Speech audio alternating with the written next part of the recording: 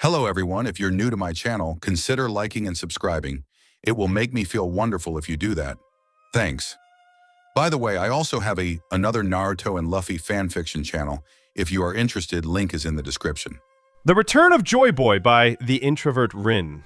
A story in which Luffy is the child of sea. The secrets of Luffy are unveiled slowly, which gives heart attack to people.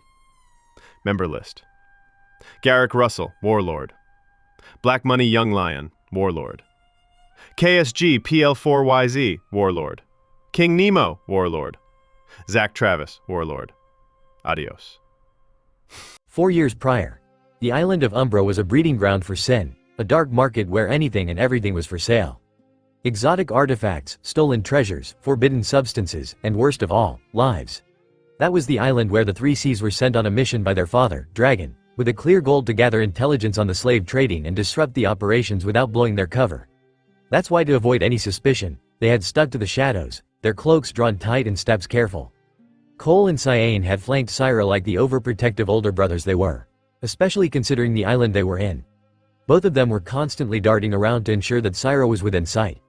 But Syra, on the other hand, was having trouble suppressing his curiosity. The sights, smells and chaos of the marketplace fascinated him, and his brother's repeated warnings to stay close were met with absent nods as he caned his neck to take in everything around him. Despite every precaution Cole and Cyan could take, they weren't able to navigate through the sudden commotion which erupted just nearby. Cheerful, malicious and greedy voices turned into shouts, and then the sharp cracks of gunfire split the air. Chaos soon descended in an instant as people screamed and scattered, pushing and shoving to flee the area. "Syra, stay with us," Cole barked, grabbing Syra's arm as the crowd surged, but the chaos was just too much. A rough shove from a panicked stranger was all it took for breaking Cole's iron yet gentle grip on Syra, and before anyone could react, the youngest of the three was swallowed by the wave of fleeing smelly bodies. "Syra!" Cole and Cyan shouted, rushing to catch up with their brother, but it was too late. By the time the crowd finally calmed down, Syra was in a completely different part of the market with his brothers nowhere to be seen. His heart raced, but not in fear, but curiosity as he took in his surroundings. The dimly lit alleyways were lined with stalls displaying all manner of strange objects. He was fascinated, momentarily or rather completely forgetting about his situation as he wandered closer to the stalls displaying armors, gleaming jewels and mysterious artifacts. But the more he walked further inside, the more the aura of the place began to weigh on him. The cries of slaves echoed faintly in the background and the air felt thick with malice. He was so caught up with the overwhelming emotions and the cries, that he didn't notice the looming figure in his path until it was too late and he collided hard with him and fell unceremoniously on his butt. "Ow!" Syra groaned, rubbing his head. "Watch out!" As he looked up, ready to scold whoever he had bumped into, his words caught in his throat. Standing before him was a man whose presence seemed to suck the light even from broad daylight. He was tall and broad, with his bearded face twisted into a grin that didn't reach his eyes, and screamed dangerously. But it wasn't just the man's appearance that unnerved Syra. It was the overwhelming aura of greed and darkness radiating from him, which was so much higher than everybody's combined on the island. It made Syra's stomach churn. "Well, what do we have here?" The man drawled out, his grin widening as his eyes scanned his entire being and his gaze lingering on the cloak which he was wearing. There was no doubt that the man, later to be known as Marshall D. Teach, or Blackbeard, a man Syra would meet once again later on in his life, had recognized exactly who he was. One of the deadly and notorious pirates from the disappearing crew of the Three Seas. Teach had recognized him and later came to the realization that behind the mask of Red Maniac, Syra was a child, protected by the other two members of the Three Seas. A little kid, all on his own. The man had crouched down, leaning closer, and feigning that he had never heard or seen any of Syra's bounty posters. "What are you doing here, kid?" The sickly, sweet and over-friendly voice which hid the predatory and oblivious intentions had Syra's stiffen, his every instinct screaming at him to get away from the man. Syra didn't respond, but the man didn't seem to care. He reached out a hand, not to help but to grab at the hood concealing Luffy's face. "Let's see who you are." Luffy's reaction was immediate. He slapped away Teach's hands with surprising force and scrambled to his feet, his movements quick and defensive. But in his haste, his hood slipped just enough to reveal the scar under his left eye. Teach's grin had widened as he took into every little detail which presented itself to him. The baby cheeks, the unruly black hair, the scar under the left eye, and not to mention a shadow of a hat behind his neck. Teach knew that it wouldn't help him right now, not when the kid was already running away and Cyan and Cole were prone to be nearby. But he stashed the information in his mind for future purposes, and he would be really glad when a new rookie's bounty poster would arrive. Just after 2 weeks, when the commanders went to celebrate Syra's birthday, just after Red Maniac, Syra vanished and Straw Hat, Luffy came to be, with a straw hat. The same unruly black hair, baby cheeks and a scar under his left eye. Indeed, that was when Marshall D. Teach knew Red Maniac Syra was none other than Monkey D. Luffy. Teach just needed a little bit more proof to turn the tables in his favor, to make his plans a success and become the king of the pirates. Zhahahaha, or should I say, Syra. The moment that name fell from Teach's lips, Luffy froze midair, his breath hitching sharply. The name reverberated through the forest like a gunshot, too loud, too familiar, and far too dangerous in the wrong hands. He landed hard on the ground, rolling instinctively before springing back to his feet. His wide eyes darted toward the source of that despicable laugh. That motherfucker. How does he know? Luffy's mind raced, trying his best to connect the dots. How many have he sold the information to, till now? The world government? Those PPP? A cold knot twisted in his stomach. It wasn't fear of being captured by the world government that gripped him. Hell, they won't be even able to catch him. But it was the thought of his crew, his friends, his family for their association with him. Them being targeted for his deeds of stealing all those classified information with his brothers and wreaking havoc and bringing chaos in the marine bases. His fists clenched at the very idea of the world government descending upon them. He couldn't let them and other bastards who have grudges on him come after his crew, not now. Not until they get strong enough to tackle them. In the clearing, the hulking figure of Blackbeard emerged, grotesque and looming. The swirling darkness at his feet pulsated unnaturally, like a living, breathing thing. His crooked grin stretched wide, jagged teeth gleaming in the dim light as his eyes locked with Luffy's flickering blood-red ones. Luffy could feel the devil in the yami yami no mi. Cackle in glee at the scenario he found Nika in, making him give a cold glare to the darkness, which was so disdainfully familiar. Luffy could feel how Blackbeard was taunting him, thinking that he would catch him. Oh, how he hates every particle of the being and the host of the yami yami no mi. How he hates and wants to crush them for even daring to hurt his loved ones and to be favored by destiny. Syra. Syra. Red Maniac, Syra. Teach spat the name out mockingly, each repetition making Luffy's heart thunder in his chest as a sharp chill slithered down his spine at the realization that Teach knew, and with him the others who were in his despicable crew, now knows the truth too. Who would have ever thought that one of the infamous 3 C's is just a freaky kid? But I wonder how the world government will treat you once I hand you over. Zhahahaha. He laughed maliciously, his eyes glinting with nothing but pure darkness and confidence, as if he solely and purely believed that Syra was nothing without cyan and coal. Luffy's blood-red eyes narrowing as his haki flared involuntarily, sending tremors through the ground. Thunder cackled in rage and the winds moaned with bloodlust.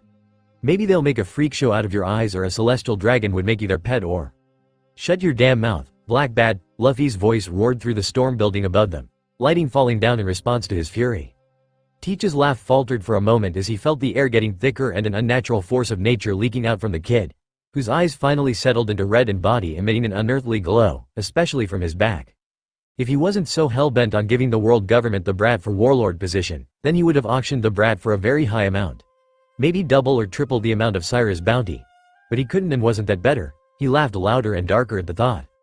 I'll fucking beat you till you wish to kill yourself.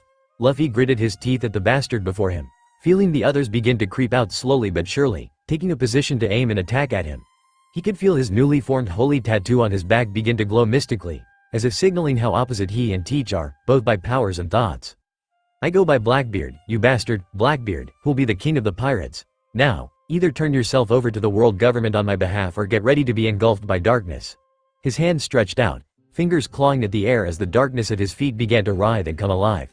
Black hole. Luffy felt the hair on his neck stand the moment the ground beneath his feet began to dissolve into an abyss of swirling black. Reacting instantly, Luffy leapt to the nearest tree only to get targeted by exploding apples and frighteningly accurate bullets as the members of Teach's crew rained chaos down upon him. He darted through the canopy, dodging bullets and detonations with a grace that belied his burning rage. The air around him crackled as his haki predicted the trajectory of every attack and moved like a phantom through the onslaught. Suddenly, a monstrous force yanked him from his path. Luffy barely had time to react as he was dragged down from the treetop, branch snapping like twigs, ripping his shirt to shreds as his body hurtled towards the ground. He landed with a deafening crash with his back exposed to the cold, wet, dirty earth, but before he could even rise, a sickly man on horseback, one Zoro helped in Mocktown, charged towards him, with a double-sided scythe gleaming ominously in the rain. The rider's wicked grin froze as Luffy's conqueror's haki exploded outward, the pressure so immense that it crushed both the sickly man and his horse to crumple on the ground and lose themselves in the abyss of unconsciousness. The suffocating weight of Luffy's controlled conqueror's haki radiated through the forest, leaving anyone in a semi-close vicinity coughing, sweating and fighting to breathe. Even Teach's swirling darkness began to falter momentarily. Luffy stood slowly, his shadow elongated by the flashes of lighting above. The bag blazed brighter than the lightning that split the skies, as the holy marking pulsated as if feeding on his anger. "Teach." Luffy growled, his voice low, dangerous. "You made two mistakes. First, thinking you could use me to get what you want. And second." His iris glowed with a ring of blue as storm clouds churned above, winds howling violently. The cries of animals mourning their destroyed homes and the wails of the forest itself, as a good chunk of it was torn away from it mercilessly by Teach, seeped into his soul, fueling his rage. "Thinking I'd let you walk away alive after what you've done." A streak of lightning struck a tree nearby, the sharp crack of thunder echoing his words. Rain hammered down harder, soaking the battlefield as Luffy moved with a phantom's grace, a ghost haunting the remnants of Teach's crew. His haki stretched out, sharp and precise, revealing two figures rushing towards Teach. His accomplices. Both men already stumbling with their steps faltering under the suffocating weight of Luffy's haki and the sudden, violent shift in the weather. Good. Without hesitation, Luffy launched himself at the two, his form blurring as he landed with bone-crushing force. His sandals slammed down on one man's head, knocking him out cold, while the larger, muscle-bound brute was sent sprawling into the mud. The ground beneath them fractured under the sheer pressure of his haki. Both lay prone, their bodies coated in mud and dirt. A fitting sight for those who followed a coward like Teach. But Luffy didn't linger on them. His focus snapped back to the trembling figure of Teach. The predator in him awakened, his eyes narrowing as he closed the distance. A menacing grin spread across his face, dripping with malice. His steps were measured, each one increasing the pressure of his haki, forcing Teach to collapse to the ground and whimper and whine in the muddy ground, begging for mercy with his voice shrill and pathetic. Pathetic. This was the thing who dared call himself a pirate, who dreamed of becoming the Pirate King. Luffy's lip curled in disgust at the very sight, knowing very well that those words were nothing but bullshit and lies. But unbeknownst to him, the two men he had taken down stirred, their bodies trembling as they prepared to retaliate. One frantically reloaded his gun, his hands slick with rain, while the other gathered his strength, crouching low for a powerful leap.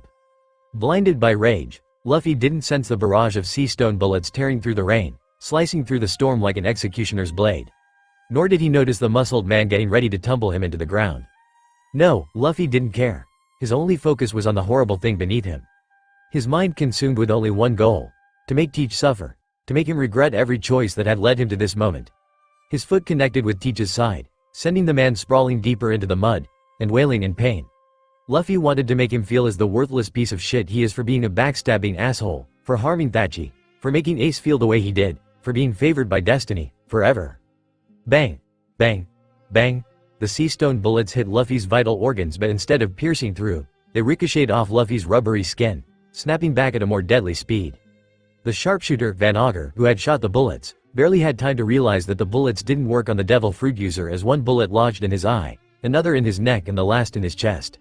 His body jerked violently before crumpling to the ground, lifeless.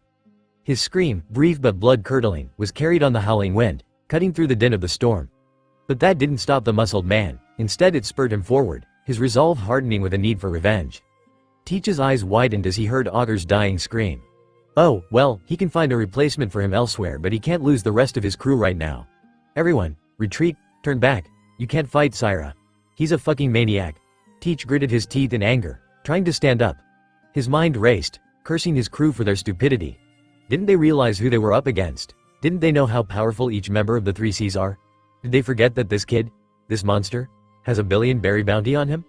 Luffy didn't care for Teach's rambling a bit and prepared himself for the wrestler-looking man who lunged at him. Ryu coated his fists as a reddish-black sheen crackled with power as he moved like lightning to the man and struck him down with a punch that destroyed the man's intestines. The force caved in his stomach, leaving him coughing up blood. Luffy didn't stop there, even if the man tried to fight back. Blow after blow rained down on the man, his strength merciless, his haki unforgiving. By the time he finished, Jesus Burgess was coughing up blood and choking the man mercy by knocking him out unconscious, so that he doesn't have to fully experience his death, unlike the sharpshooter. Meanwhile, Blackbeard stood frozen, his face pale as he watched his allies fall one by one. His heart pounded in his chest as terror began consuming him at the realization that he has no one to turn back to for help. The storm's light cast flickering shadows over his fallen comrades, the scene surreal and nightmarish. This was Teach's biggest regret and mistake. He had gone after Syra when he should have tried to bait one of his crew to get him. He shouldn't have gotten into his confrontation in the first place. But even so, he can't die here. But yet, he has to become the king of pirates, with or without his crew. Blackbeard got up, soaked and shaken to the core. He wanted to run, but he couldn't stop staring at the single light source in the darkness. Not till the light stares back at him with an eerie mixture of red and blue, the colors swirling with an intensity that seemed alive and almost violet eyes. Shit, shit, shit, Syra the red maniac is staring back. Shit, shit, shit, Teach cursed. He had nothing left to lose but his devil fruit that he searched for his entire life. He needed to run, and hence he did. But the harder he tried to run, the more he slipped and stumbled in the thick gooey mud, and the more the lighting struck dangerously closer. His mind screamed at him to move faster, as the footsteps of Syra echoed in the forest despite the raging storms and the cackling thunder. But his body betrayed him, tripping over a rock, only for him to fall face first into the ground. Teach could feel the heat emanating off of Syra, that demon, suffocating and inescapable. Teach rolled onto his back, his eyes wide with terror as he was faced with the demon's fists. Oh, shit. Teach howled in pain but was quick to regain his senses to bargain for his life. Wait, what do you want? I'll join you, I'll be loyal. I have information you need, don't kill me please. I used to be with the Whitebeard's crew. We were like brothers. Please have mercy. Teach's words tumbled out in desperation, his voice breaking as if to show that he meant each and every word. And he truly hoped, prayed that this kid, this demon, was naive enough to believe him and let him go. Luffy crouched down, his face inches from Teach's. The rain slid down his features, accentuating the sharpness of his glare before he grinned so inhumanly wide that Teach wasn't sure what was even in front of him in a humanoid hide. Mercy? And you? You're not even worth the mercy of death? Luffy spat the words. Teach's stomach dropped as Luffy raised his fist and his conqueror's haki slammed full force on him, making it harder and harder to breathe with each passing second. But you don't get to leave, either. You're going to pay for every sin, every betrayal, and every life you've ever destroyed. Teach's eyes widened in horror as Luffy raised his fist, haki crackling like a living entity around it. The world seemed to hold its breath. Lightning struck directly behind them, the flash casting Luffy's silhouette in stark relief against the storm. The first punch landed, and the ground caved beneath Teach's body. The second shattered the boulder behind him, stones flying in every direction.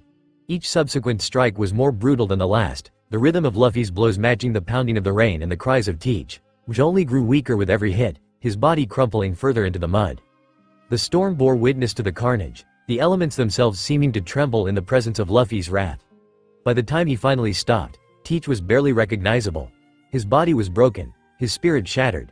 He lay motionless, the only sign of life the faint, ragged rise and fall of his chest, which would soon be sniffed out in the dark, lonely night.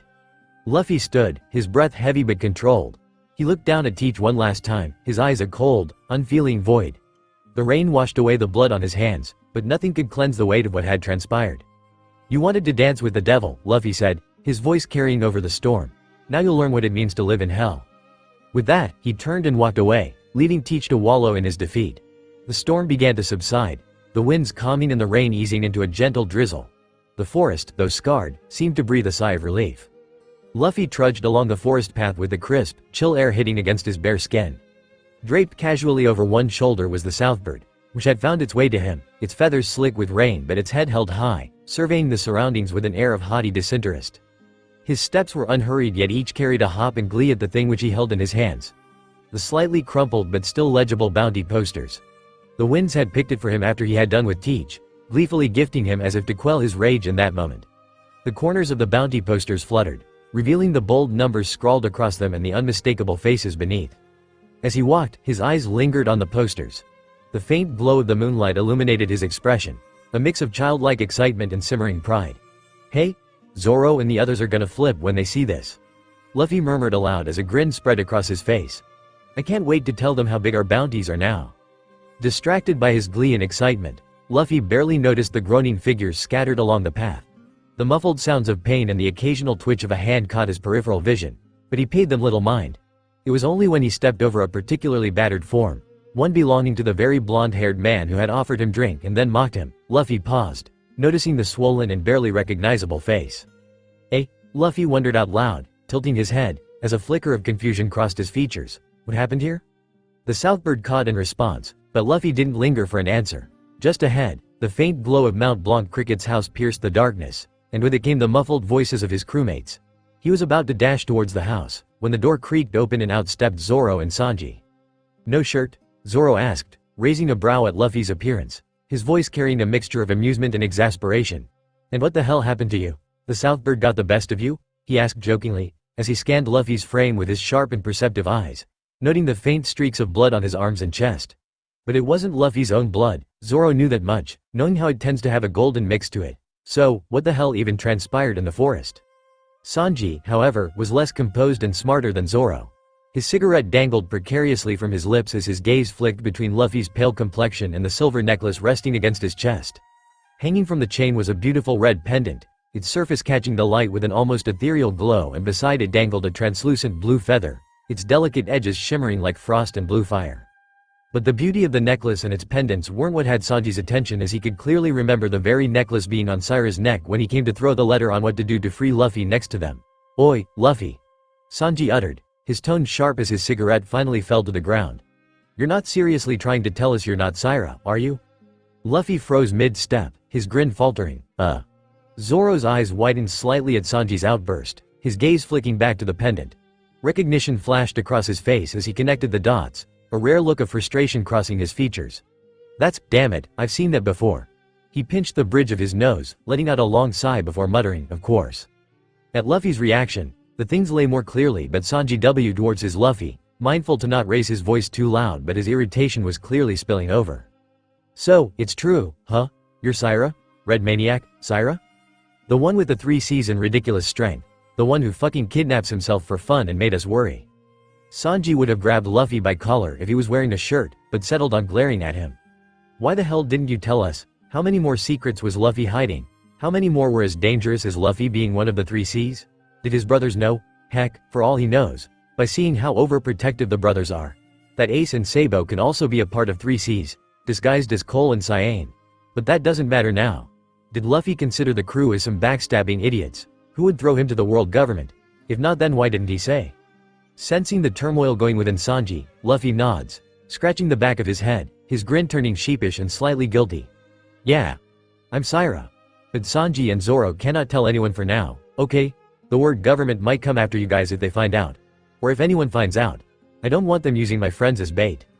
Zoro shook his head, muttering something under his breath about how his captain was an endless source of headaches. Sanji, on the other hand, looked ready to explode again, but before he could say more, Luffy quickly held up the bounty posters.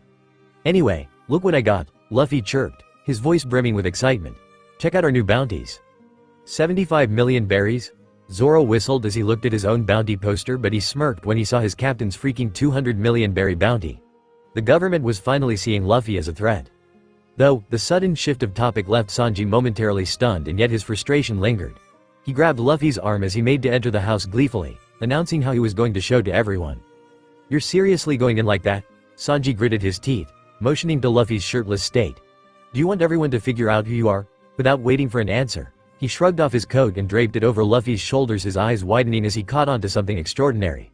Though he still made sure that the coat hid the pendant. "At least try to be subtle, idiot." The words fell out of his mouth automatically. Luffy blinked, then beamed.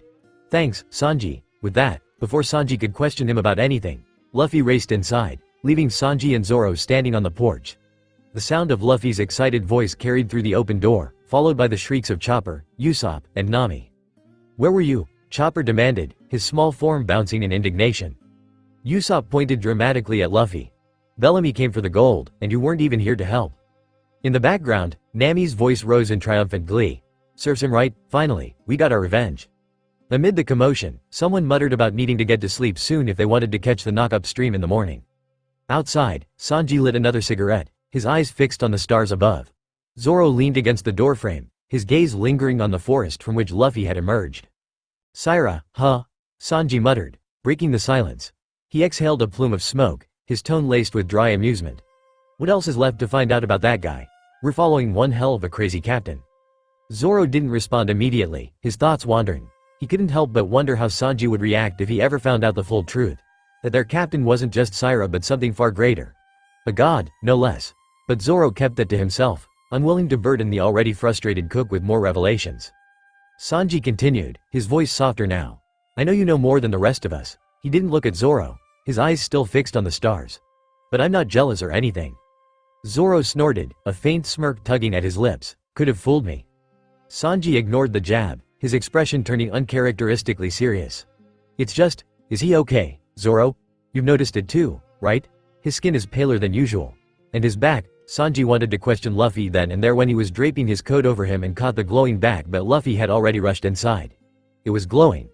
There was some kind of symbol on it. Looked like a sun. Maybe a moon too. I don't know what any of it means, but it's frustrating as hell not knowing if he's doing alright.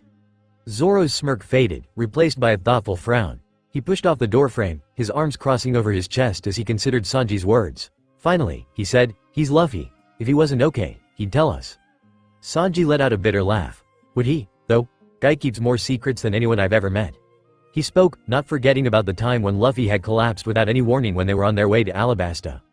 Before Zoro could respond, Luffy's voice called from inside, loud and cheerful as always. "Oi, Zoro, Sanji.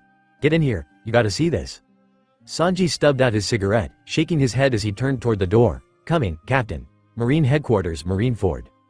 The large, high-ceilinged chamber of the Marine HQ were echoing with the sound of boots and orders, but the real chaos was being ensued in the middle of the room. A Marine, with sweat dripping from his brows and gritted teeth, was strangling one of his own comrades who was shouting in pain and agony, trying to grasp his breath. "It's not me, my hands are moving on their own," the Marine shouted, his voice trembled like a leaf. "Don't be stupid. This is no time for jokes," another Marine who was trying to separate the strangled Marine shouted out. Fu. Don Quixote Doflamingo, one of the 7 warlords of the sea with a former bounty of 340 million belly, giggled hysterically as he watched the show from the balcony, where he was perched lazily. His fingers twitched mysteriously, controlling the invisible strings that danced the Marines around like his puppet. "This is just too much fun," he cackled, leaning forward with a grin stretched wide across his face and his glasses reflecting the light. Doflamingo, a sharp, commanding voice though frail but holding authority, cut through the chaos as Vice Admiral, Grade Staff Suru entered the room. "Be a good boy now and cease your games this instant." Fu. "Be a good boy now? Can't get a thing past you, Suru. Can I?" Doflamingo repeated, barely able to contain the amusement behind his words, but he let go of the Marines who dropped on their knees. Fine, Doflamingo said with mock reluctance, hopping down from the balcony. He strolled to the table at the center of the room. Ignoring the chair assigned to him, he sat directly on the table, crossing his long legs. "You're insufferable," a low voice muttered as Doflamingo stole to the table at the center of the room and sat directly on the table, ignoring the chair assigned to him. "And yet, here I am. The life of the party." Doflamingo chuckled, glancing at the owner of the voice who was seated a few chairs down and didn't even bother looking at him. "Still as lifeless as ever, Mahawk." Doflamingo taunted. "I wonder if the strongest swordsman in the world even knows how to enjoy himself. I don't waste my energy on frivolities. Unlike someone," Mahawk said in his casual calm, as his golden eyes flicked towards Doflamingo. "He wouldn't even have bothered to come to a meeting if not for him to be interested in a rookie that's the center of today's discussion." Doflamingo's grin widened. "Frivolities? Is that what you call keeping yourself entertained in a dull world like this? Perhaps you're afraid of a little fun, Hawkeye. Or perhaps you're just afraid of losing control." His fingers twitched for emphasis. Mahawk's hand rested lightly on the hilt of his sword, a subtle movement that didn't go unnoticed by those in the room. "You do well to mind your tongue before I cut the strings on your little games." The air grew heavier, the Marines seated nearby visibly tensing. At the far end of the table, Delphic Nero, with a former bounty of 270 million belly, another one of the 7 warlords of the sea, observed the exchange in silence. Though his calm demeanor gave nothing away, his sharp eyes took in every detail. He was wearing an all-black suit as if he's going to a funeral, which most of the time belongs to his enemies. His hair is covered by his black British-style fedora, which has a black dahlia placed neatly in the band. Another flower the young man is seen with is an aconite peeking from his medieval thigh bag hanging from his waist, rumored to hold flowers. He is known to leave a flower behind after every major battle for the victim, as if leaving a sign of respect, but anyone who has talked to the man longer than 5 minutes knows that he is cold and has a sharp tongue, so respect is quite unlikely. "Hard to believe any of you are warlords and we're supposed to trust either of you to uphold the law," Nero remarked, his tone dry. "One plays with lives like toys, the other cuts through anyone who annoys him. Truly, the paragons of justice." Doflamingo turned his attention toward him, his grin twisting into something darker. "And what's your deal, rookie?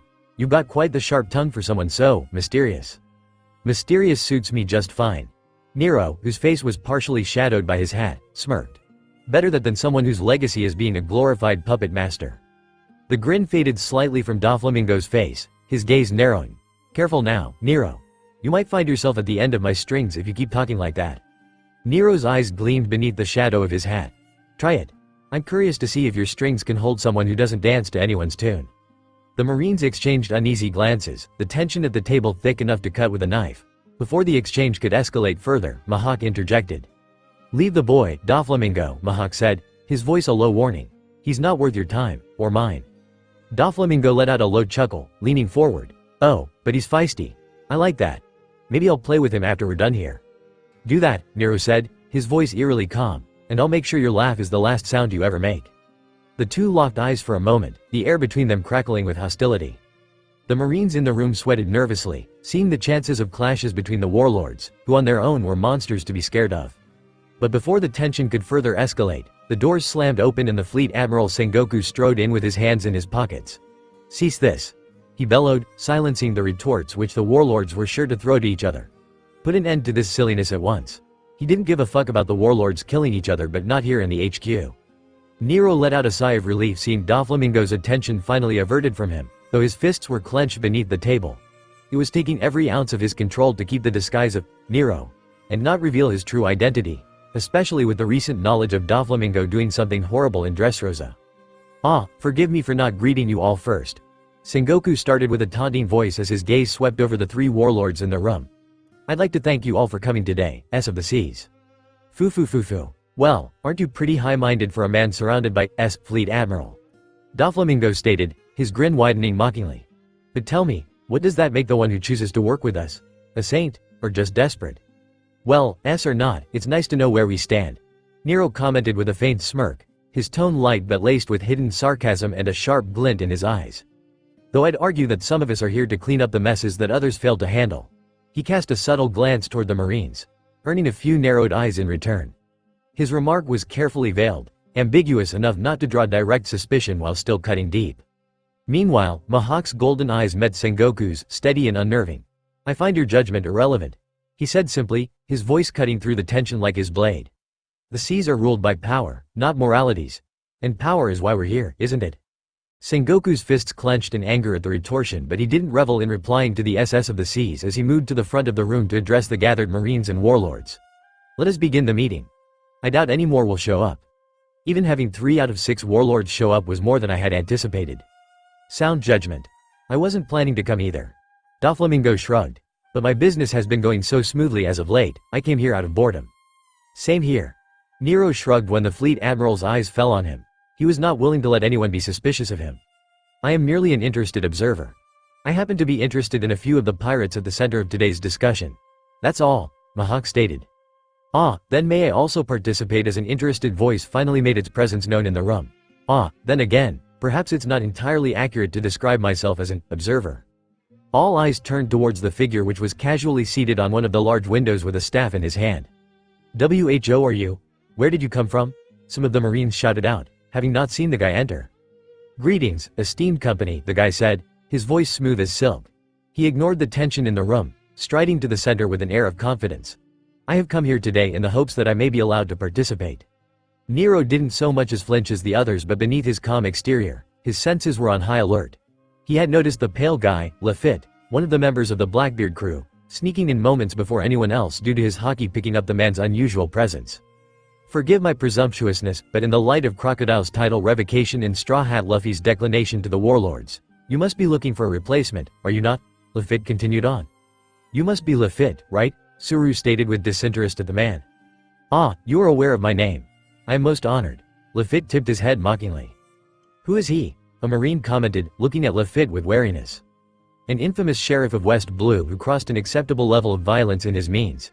He's since been chased out of his country. Suru answered with distaste towards the criminal. Ho ho. All in the past, and of no concern in the current discussion. Luffy's smirk widened as he addressed the room. I have only come to nominate a certain man to the position of warlord. Murmurs broke out among the Marines, confusion rippling through the room. Marshal D. Teach, also known as Blackbeard. Luffy declared, his voice carrying above the noise. I nominate my captain for this illustrious title. That man's a nobody, he doesn't even have a bounty, who does he think he is? The room erupted in murmurs once again. Never heard of him before. Sengoku's voice rose above all the whispers and comments.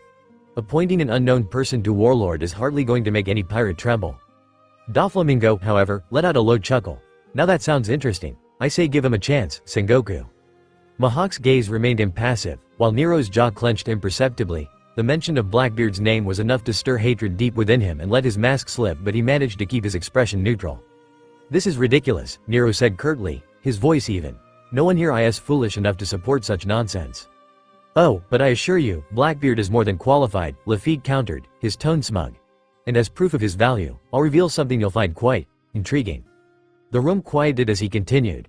"My captain knows the true identity of one of the three C's, the Red Maniac, Syra," Lafitte said, his smirk growing. The effect was instantaneous. The room erupted into chaos, the sharp clatter of chairs and shouted voices ricocheting off the walls. Marines exchanged stunned glances, their disbelief evident. Some Marines gathered there shouted in disbelief, them having an infinite amount of scores to settle with the three C's, especially Syra, while some others wanted to dismiss it as a bluff, not believing that some unknown person found out the identity of Syra and not them. "That's absurd.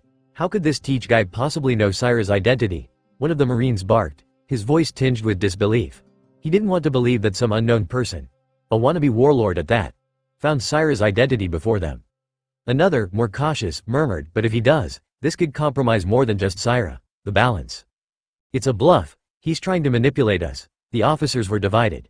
Some furrowed their brows, trying to piece together the implications, while others outright dismissed the claim as a pirate's ploy. Yet the undercurrent of fear was undeniable, Lafitte's smug confidence was unsettling. Meanwhile, Sabo, under the disguise of the Arcanum Delphic Nero, spoke sharply. He was trying his best to calm his racing heart and the storm of emotions brewing beneath his composed exterior. Damn it, he thought, cursing and glaring at Lafitte. He knew Lafitte was no fool, and the confidence oozing from the pirate wasn't entirely baseless. He forced his expression to remain neutral, but his sharp eyes darted between the Marines and Lafitte, calculating his next move.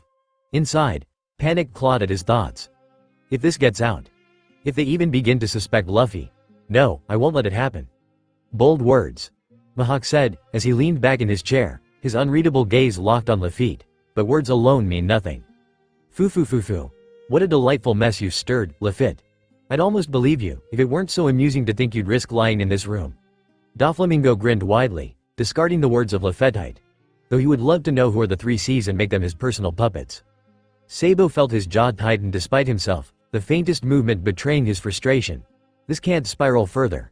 He leaned forward slightly, his tone cold and dismissive. There's no way anyone could know Syra's identity, he said, cutting through the noise with a commanding edge. The very idea is laughable. Even if Blackbeard thinks he knows something, I assure you, he's mistaken, or dead. That last word carried a weight that silenced some of the murmurs. The pointed remark earned him a smirk from Doflamingo, who seemed to enjoy the growing hostility in the room. Sengoku's sharp voice brought the chaos to a halt. Enough, he barked, his gaze sweeping the room. Lafitte, if your captain truly knows Syra's identity, prove it. Sengoku narrowed his eyes. If you want us to take this claim seriously, provide evidence. We won't entertain baseless rumors. Lafitte's smirk widened as he produced a Denden Mushi from his coat. Proof, you say? Oh, my captain can confirm it in just one call. Let's settle this, shall we? Sabo's stomach churned. His sharp instincts screamed at him to act, but he remained still, his fingers itching for action. The room held its collective breath as Lafitte dialed. And then, silence. The snail remained motionless. Lafitte's confident expression flickered, if only for a moment, as he dialed again. Once more, silence. Nero seized the moment, his voice cutting like steel. Looks like your captain's not picking up. What's the matter, Lafitte? Cat got his tongue. Or perhaps he's already met his end. Sabo leaned on his chair as he spoke.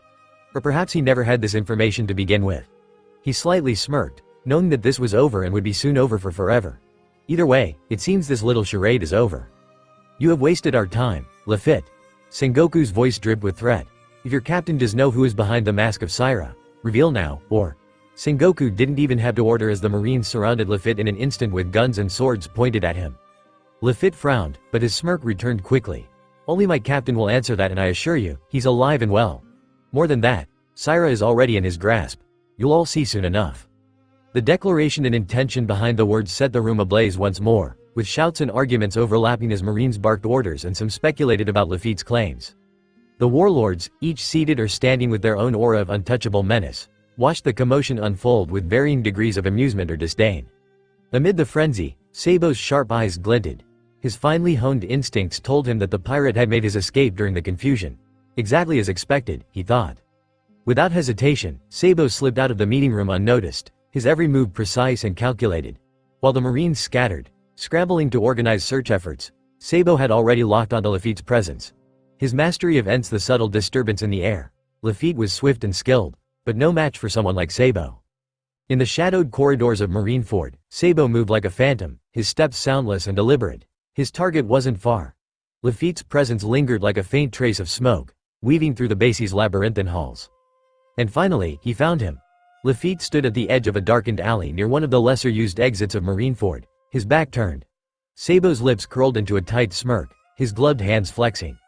"You've caused enough trouble for one day," Sabo muttered under his breath. Laffitte barely had time to register the shift in the air before Sabo struck.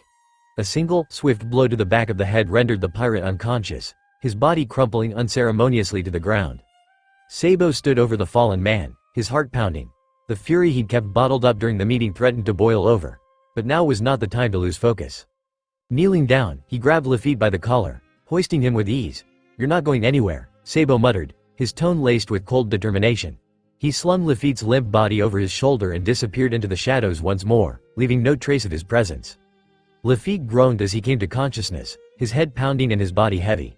The dim light of the room flickered against cold, damp walls, and the rhythmic creaking and swaying told him he was aboard a ship.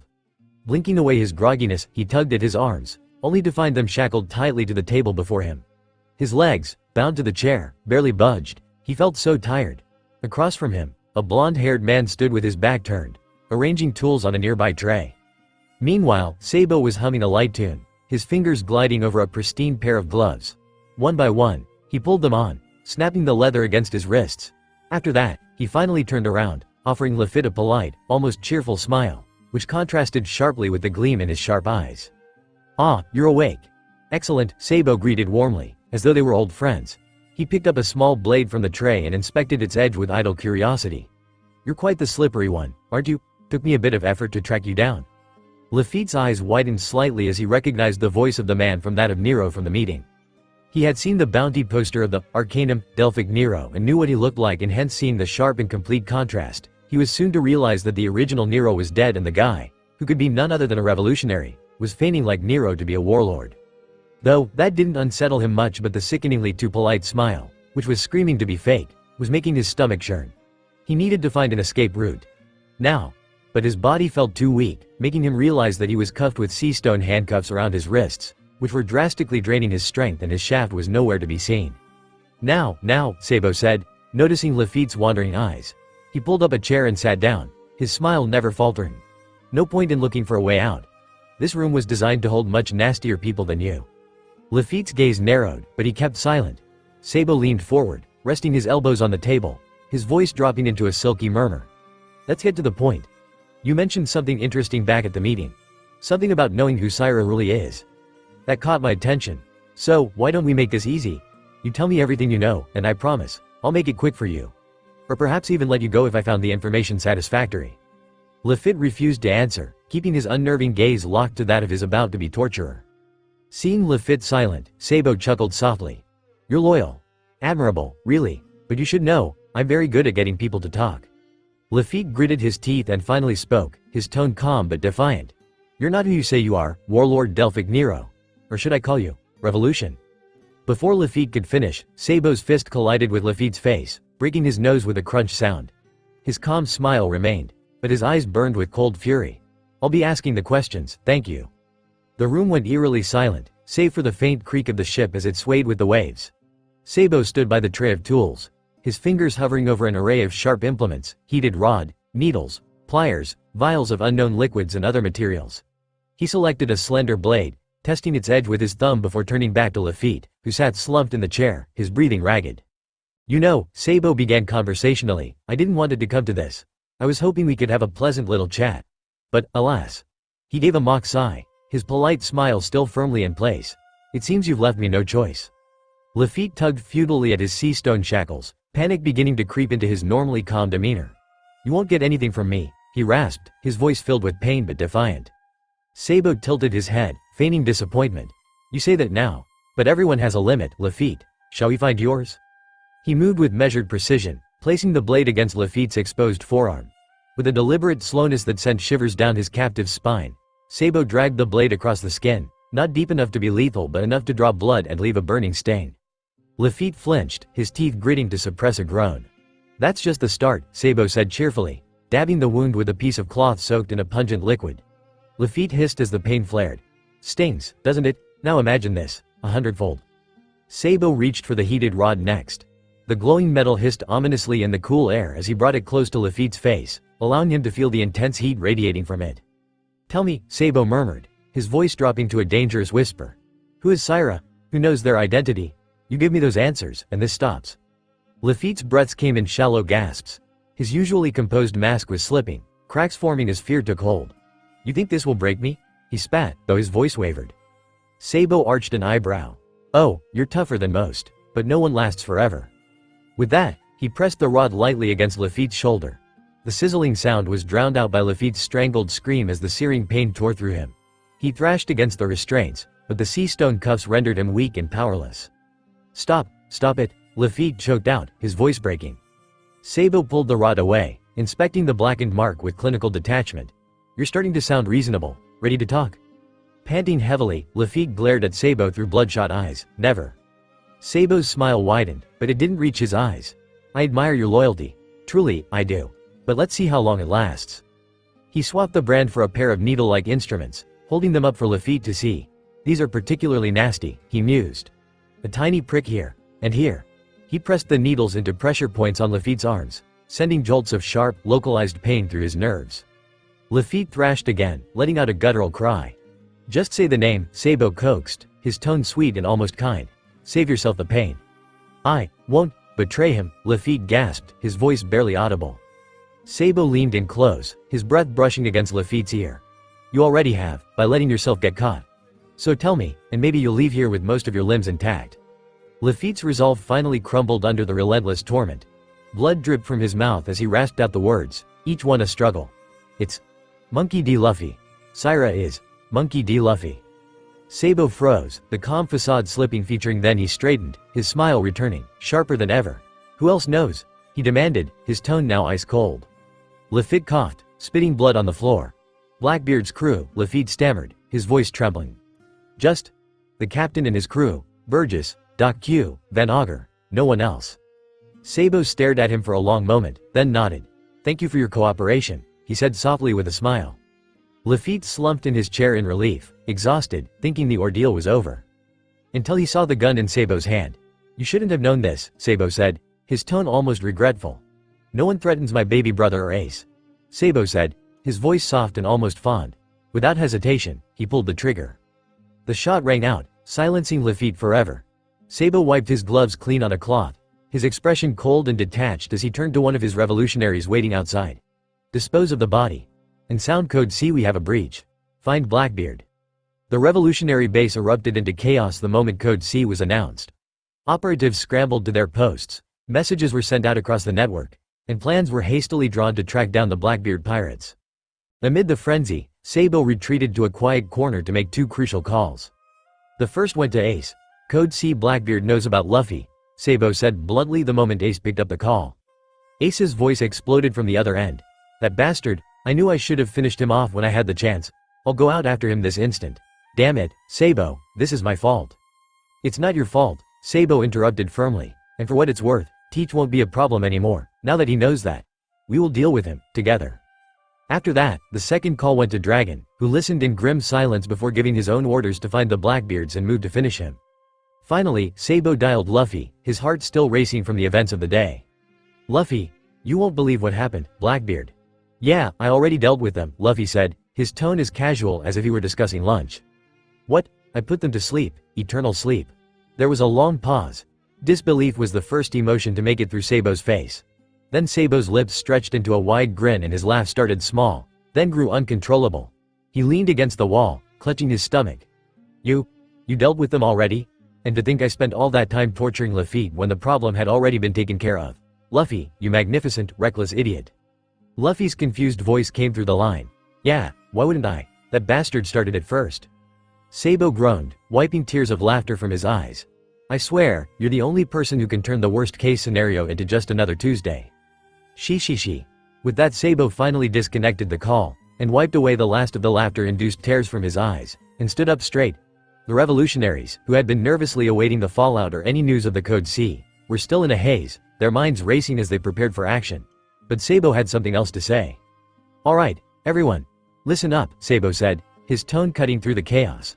The room quieted, all eyes on him. Code C is resolved. The Blackbeard pirates, specifically Teach and his crew, they're no longer a problem. There was a collective pause, as everyone in the room tried to process what Sabo was saying. Some of them even blinked, looking confused, unsure whether they had heard correctly. What do you mean, no longer a problem? One of the senior operatives finally asked, his brow furrowed. Sabo, are you saying? Sabo gave a small chuckle, shaking his head. Luffy, he dealt with them. The response was immediate and full of relief. A few revolutionaries exchanged knowing glances, knowing this wasn't some joke or an insane exaggeration. Luffy, another operative echoed, his once stress-filled voice now alleviated. You mean, he actually dealt with Blackbeard and his crew already? Sabo's grin returned, a mixture of awe and amusement in his eyes. Yeah. The kid handled it, didn't even break a sweat. There was a stunned silence that spread across the room, everyone still processing the sheer audacity of Luffy's actions. For a few seconds, no one knew whether to laugh or cry.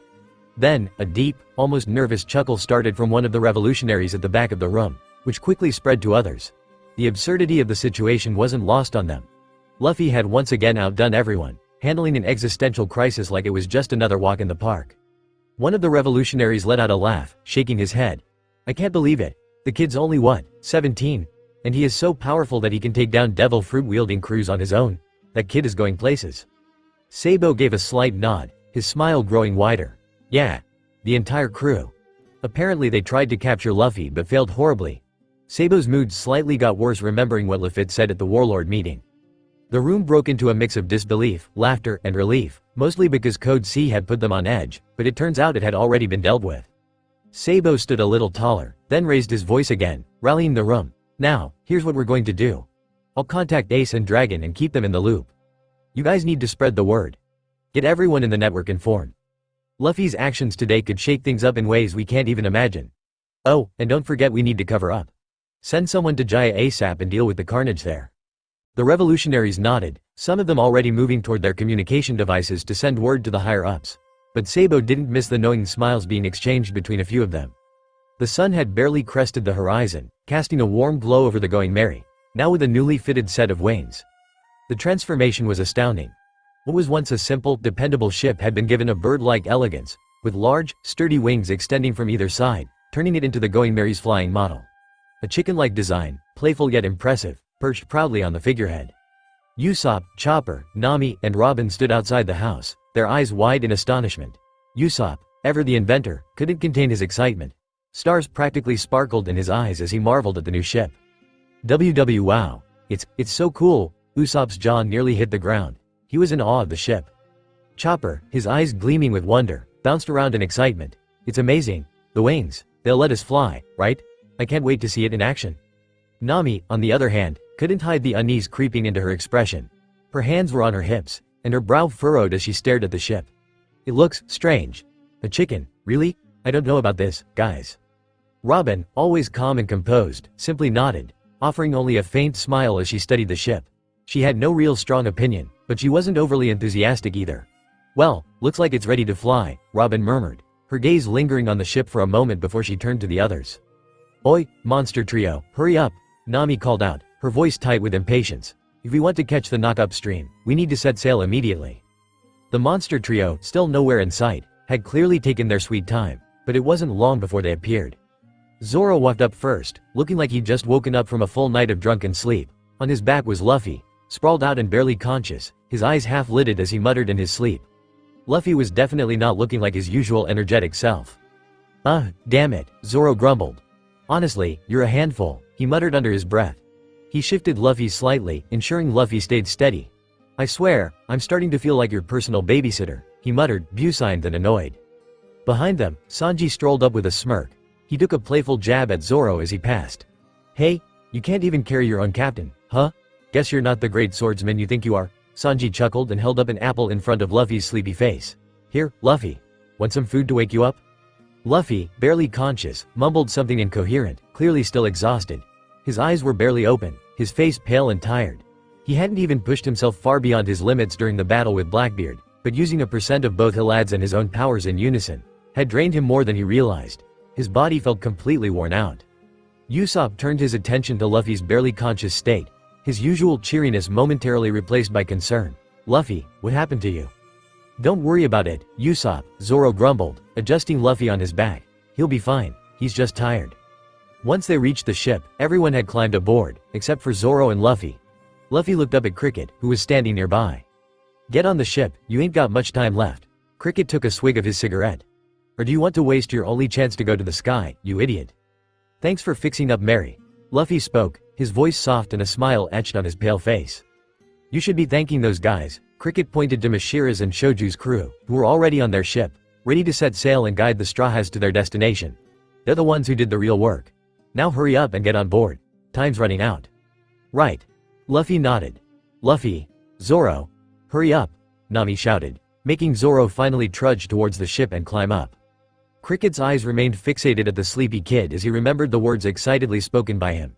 He was in slight disbelief seeing that the kid looked so weak currently, but he couldn't help but only feel thankful and grateful towards the crew.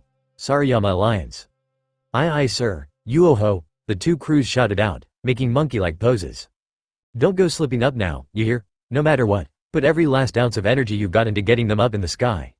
Don't fall like the Arethusa Duchy, Cricket shouted out. His words had a hint of appreciation behind them, knowing that the crew had been through a lot from them. They had protected him when the thieves had tried to steal his gold and had fought hard to defend it.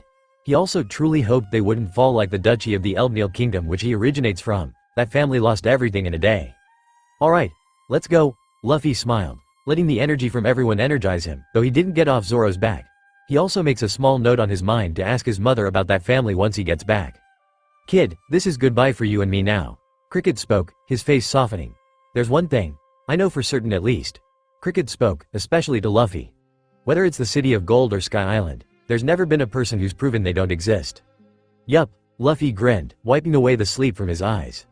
Sure, people might laugh, call it an absurd fantasy, but so what? Cricket uttered, his voice full of renewed confidence. Isn't that fantasy precisely what makes it romantic? Luffy's eyes sparkled as he grinned, his earlier exhaustion momentarily forgotten. That's what I like about you, Cricket. You never give up on what you believe in. Behind him the others smiled, listening to each word of Cricket. Cricket chuckled, his eyes full of fondness. And you, Luffy. Never lose that heart of yours. Thank you for protecting my gold, everyone. Now, don't go falling out of the sky. She, Luffy giggled, already looking forward to the skies. See ya, mister. Thanks for everything, Mr. Cricket. I am sure the City of Gold exists. Don't push yourself too hard, mister. With the parting words, Cricket waved goodbye and the crew set sail along with the Sarayama Alliance. Sanji, food, Luffy stretched lazily, his hands on his head as he leaned on the railings, with Zoro nearby to make sure that Luffy doesn't go diving into the sea in his drowsy state. Have some fruits for now. Sanji was quick to fetch some fruits from the kitchen and offer up to Luffy as the breakfast wasn't even made till now. Luffy smiled happily as he grabbed some fruits. As he munched on it, Luffy suddenly froze, his body going stiff. His sharp senses, dulled as they were from his exhaustion, picked up on something wrong. A sinister, dark aura, ominous, chilling, and unmistakable, suddenly filled the air around Nami's plants. The feeling was almost suffocating. Luffy's eyes snapped wide open, and he looked down at the fruit in his hand. His gaze quickly shifted to one of the nearby fruits nestled among Nami's plants. A dark, foreboding presence emanated from it, and he instantly recognized the devil fruit that was somehow embedded in the middle of a bunch of fruit. The yummy no mi. The devil fruit that had caused so much destruction, the very fruit that had belonged to Blackbeard, it was unmistakable. Luffy's eyes widened with horror, and he could practically hear the fruit's panic, the dark energy swirling around it. His instincts screamed at him to get rid of it before anyone else touched it. Before any of his crew could get the chance to question his panicked or shocked face, Luffy grabbed the disgusting fruit and tossed it far away to his mother. Don't let anyone touch it, don't give it to anyone, Luffy shouted out towards the ocean, causing those of the crew who hadn't noticed him to look at Luffy in bewilderment. As the fruit splashed into the ocean with a faint ripple, an eerie silence fell over the deck. The Straw Hats stared at Luffy in shock, their faces a mix of confusion and alarm. Luffy, what was that for? Nami demanded, her voice sharp and incredulous. She marched toward him, her hands on her hips, her face filled with worry and frustration. You've been acting weird ever since we set off. And now you're throwing perfectly good fruit overboard. What's going on? Usopp scratched the back of his head, his expression torn between bewilderment and concern. Yeah, Luffy. That's not like you at all. I mean, I know you're not picky with food, but that's just wasteful. Chopper's wide eyes reflected his worry as he stepped closer to Luffy. Are you feeling okay, Luffy? You've been acting strange all morning. And now you're just throwing stuff away? Even Robin raised an eyebrow, her gaze calm but curious. That was quite an intense reaction for a simple fruit, Captain. Care to explain? Zoro leaned against the mast, arms crossed as he gave Luffy a pointed look. You've been out of it all day, and now this. Spit it out. What's going on, Luffy? Sanji, busy slicing vegetables in the galley doorway, paused mid-cut, his knife glinting in the light. Oi, if there's something dangerous going on, you'd better say it. Faced with the questions, Luffy hesitated for a moment, unsure if he should answer the questions of his worried and concerned crew. His straw hat tipped low to obscure his face as his hands clenched into fists. That was a devil fruit. Luffy chose the answer, his voice cheerful but strained. A bad one at that. Didn't want anyone accidentally eating it. He shrugged, giving the half-truth to his crew. That's all? Zoro questioned, not buying it. What could, after all, terrify Luffy? A god? Something happened last night and he is sure that the fruit had its connection with it. Luffy, of all people, choosing to call a devil fruit, an actual devil fruit? Usopp questioned with wide eyes, remembering how Luffy got angry when someone called one of these mysterious powers a devil fruit. Something's up. Usopp wondered out loud. He didn't want to know what was going on, but the curious part in him refused to let go. Luffy, we're your crew. You should tell us if something's bothering you. Luffy raised his hands in mock surrender, his grin growing wider, though the lead down from his face clearly indicated the beginning of a lie. I swear, there's nothing more. Before anyone could probe further, Luffy suddenly brightened. Now, Sanji, food.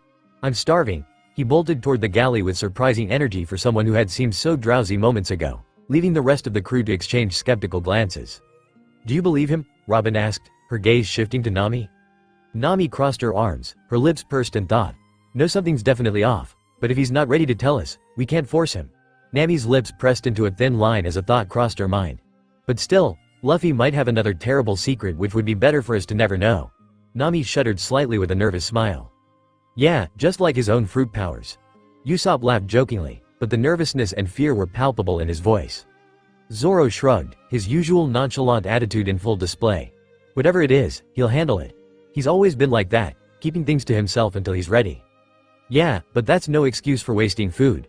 Sanji grumbled from the galley doorway, glaring at Luffy, who was rummaging through the pantry with unrestrained enthusiasm. The crew shared a small laugh at Sanji's complaint, though an unspoken concern lingered in their minds. Luffy's strange behavior couldn't be ignored forever, and they would be ready when the time came to face whatever he was hiding. For now, though, they had their sights set on the knock-up stream and the adventure that awaited them in the sky. Usopp was terrified. His heart pounded against his ribcage, every beat a reminder of how fragile life was in the face of the monstrous phenomenon unfolding before his eyes. The day had inexplicably turned into night again, an unnatural darkness casting a foreboding shadow over the horizon. The calm sea, once serene, had morphed into a violent, spinning whirlpool, a monstrous vortex where the Sarayama Alliance had urged them to go, which without any hesitation, Luffy had followed. It wasn't that Usopp didn't trust the Monkey Brothers. Mashira and Shoju seemed competent in their eccentric way, but he truly didn't want to die. Every fiber of his being screamed to turn back. What if they were swallowed whole by the whirlpool before the knock-up stream could even launch them into the sky? What if they never made it to the mythical Sky Island and instead met their end in this watery grave? What if? Usopp, we're going to the land of fantasies. Luffy's familiar, excited voice broke through his spiraling thoughts, cheerful and brimming with wonder. Can we please turn back, Luffy? Usopp nearly wailed, turning to face the captain.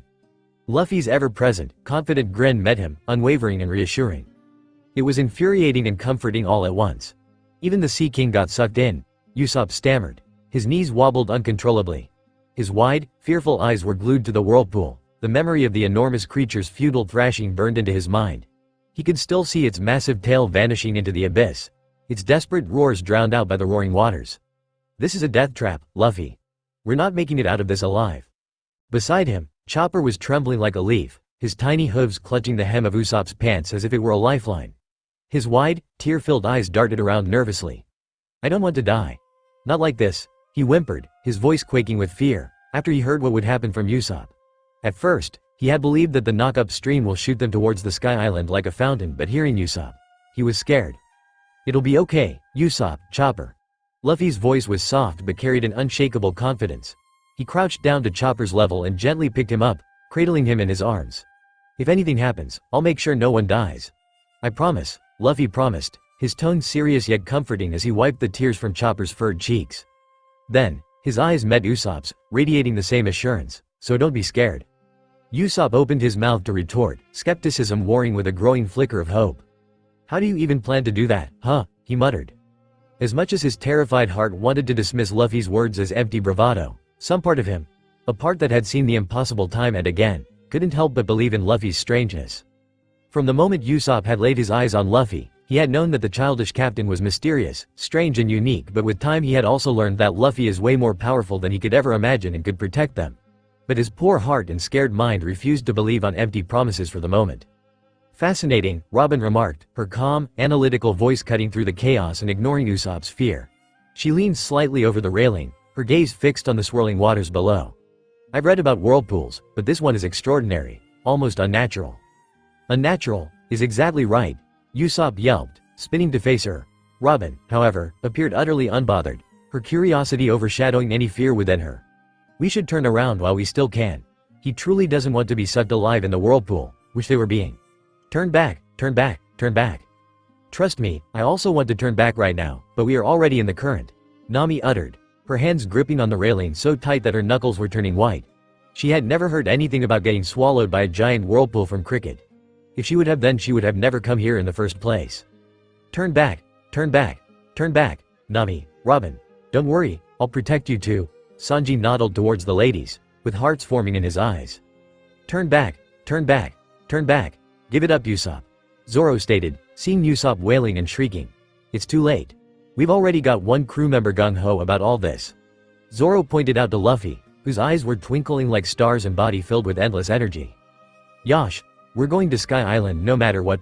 Luffy laughed gleefully, his carefree energy cutting through the tension like a blade. He couldn't wait to see the dreamy place which he had heard about from his mother, father and Winds. He might have gone to one many eons ago, but going again in the current time was more exciting when he doesn't know how his first adventure to a Sky Island was.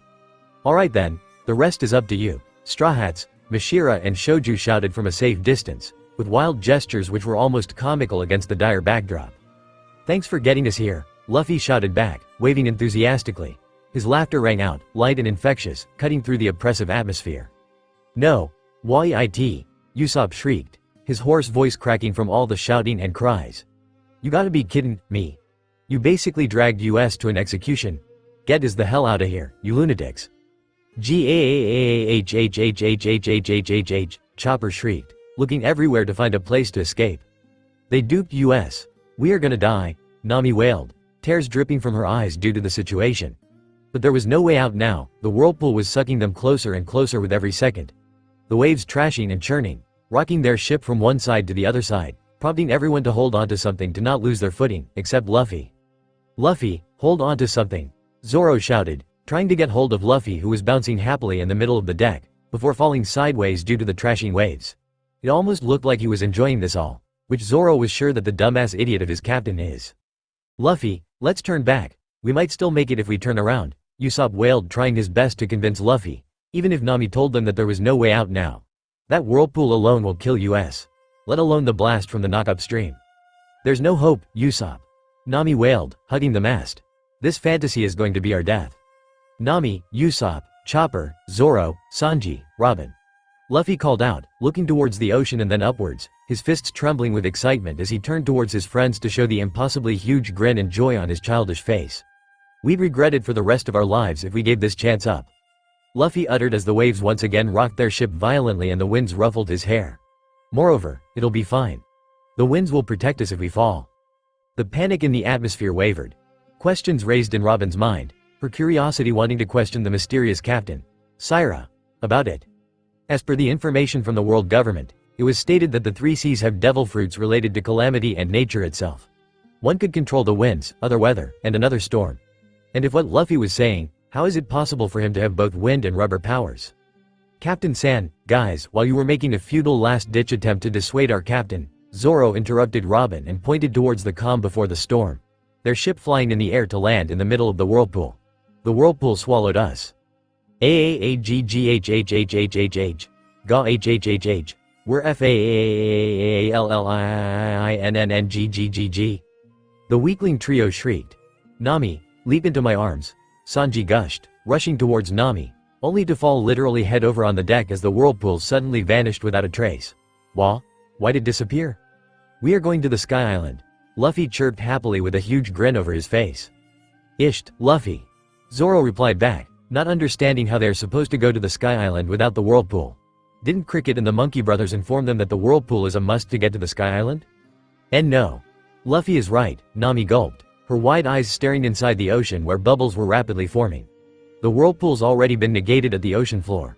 Nami steeled her nerves, gripping onto the mast as tight as she could. It's coming. The knock upstream. All crew on deck. Grab onto something or head inside ASAP. Sanji shouted, sensing the tension and seriousness in Nami's eyes. The sea's gonna blast us into smithereens. Usopp shrieked, running to grab something to get stability. Mama would never do that, Luffy retorted, but his voice was lost to the roar of the ocean beneath them and the knock-up stream which erupted with an explosive force. A colossal column of water shot skyward, carrying the Going Merry with it, rocking the ship violently. Merry's hull creaked under the immense pressure. Usopp's and Chopper's terrified wails filled the air as the crew clung onto whatever they could grab. The ship's riding along the pillar of water, Zoro commented, amazed by the scene which was presenting itself to them. Woohoo! This is awesome! Luffy whooped, running on the deck. Despite being in the risk of falling, but miraculously even when nothing was under his feet, he wasn't getting tossed anywhere. Hold on tight, guys.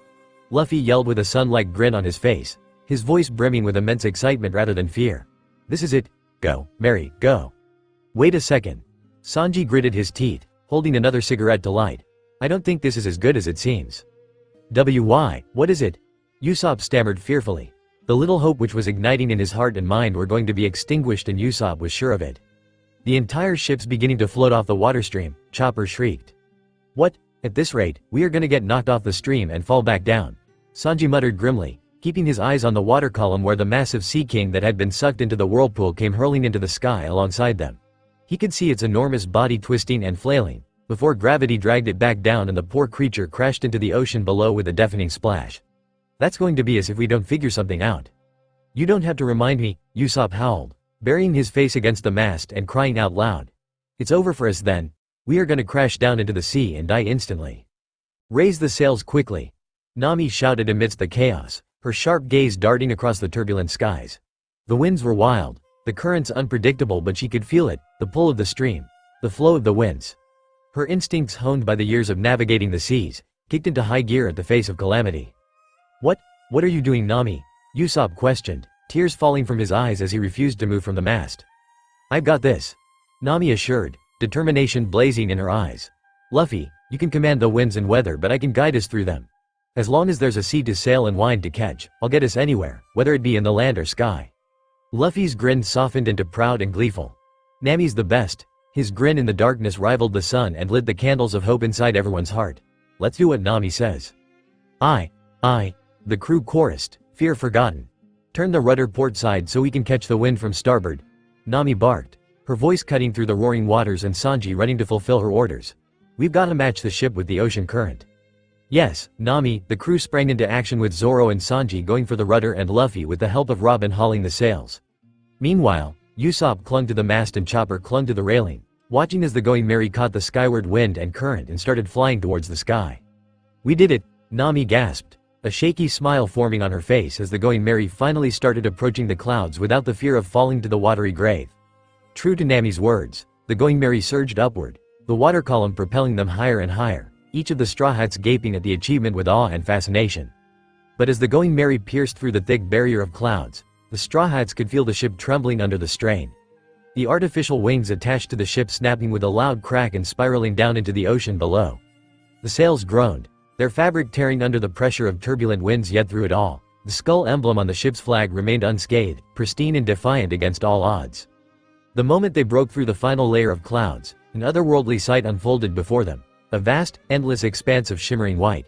But before they could marvel at the spectacle, an oppressive heaviness settled over them. Breathing became difficult, the air thinner and heavier than it should have been. It wasn't just the altitude, it was as if the clouds themselves were suffocating them.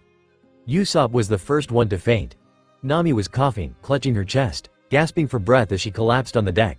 Sanji doubled over, his knees suddenly too weak to carry him as he hacked up water that he had unknowingly inhaled from the dense clouds. Even Robin, usually composed, slumped heavily against the mast, her pale face drawn with sickness. Zoro's breaths came in labored gasps, his usual strong demeanor slipping slightly. Damn, what happened? Is everyone alright? Zoro stubbornly uttered, gritting his teeth as he clutched the railing for support and scanned the deck, his sharp eyes taking in the state of his crewmates. Luffy, however, was unaffected. While his crew struggled around him, He stood at the bow, his grin as wide and radiant as ever. His bare feet bounced lightly against the wooden deck, his energy high like a child on sugar. His childish figure, already pale, seemed even more so now, almost translucent and so pale that his skin almost glowed under the intense sunlight.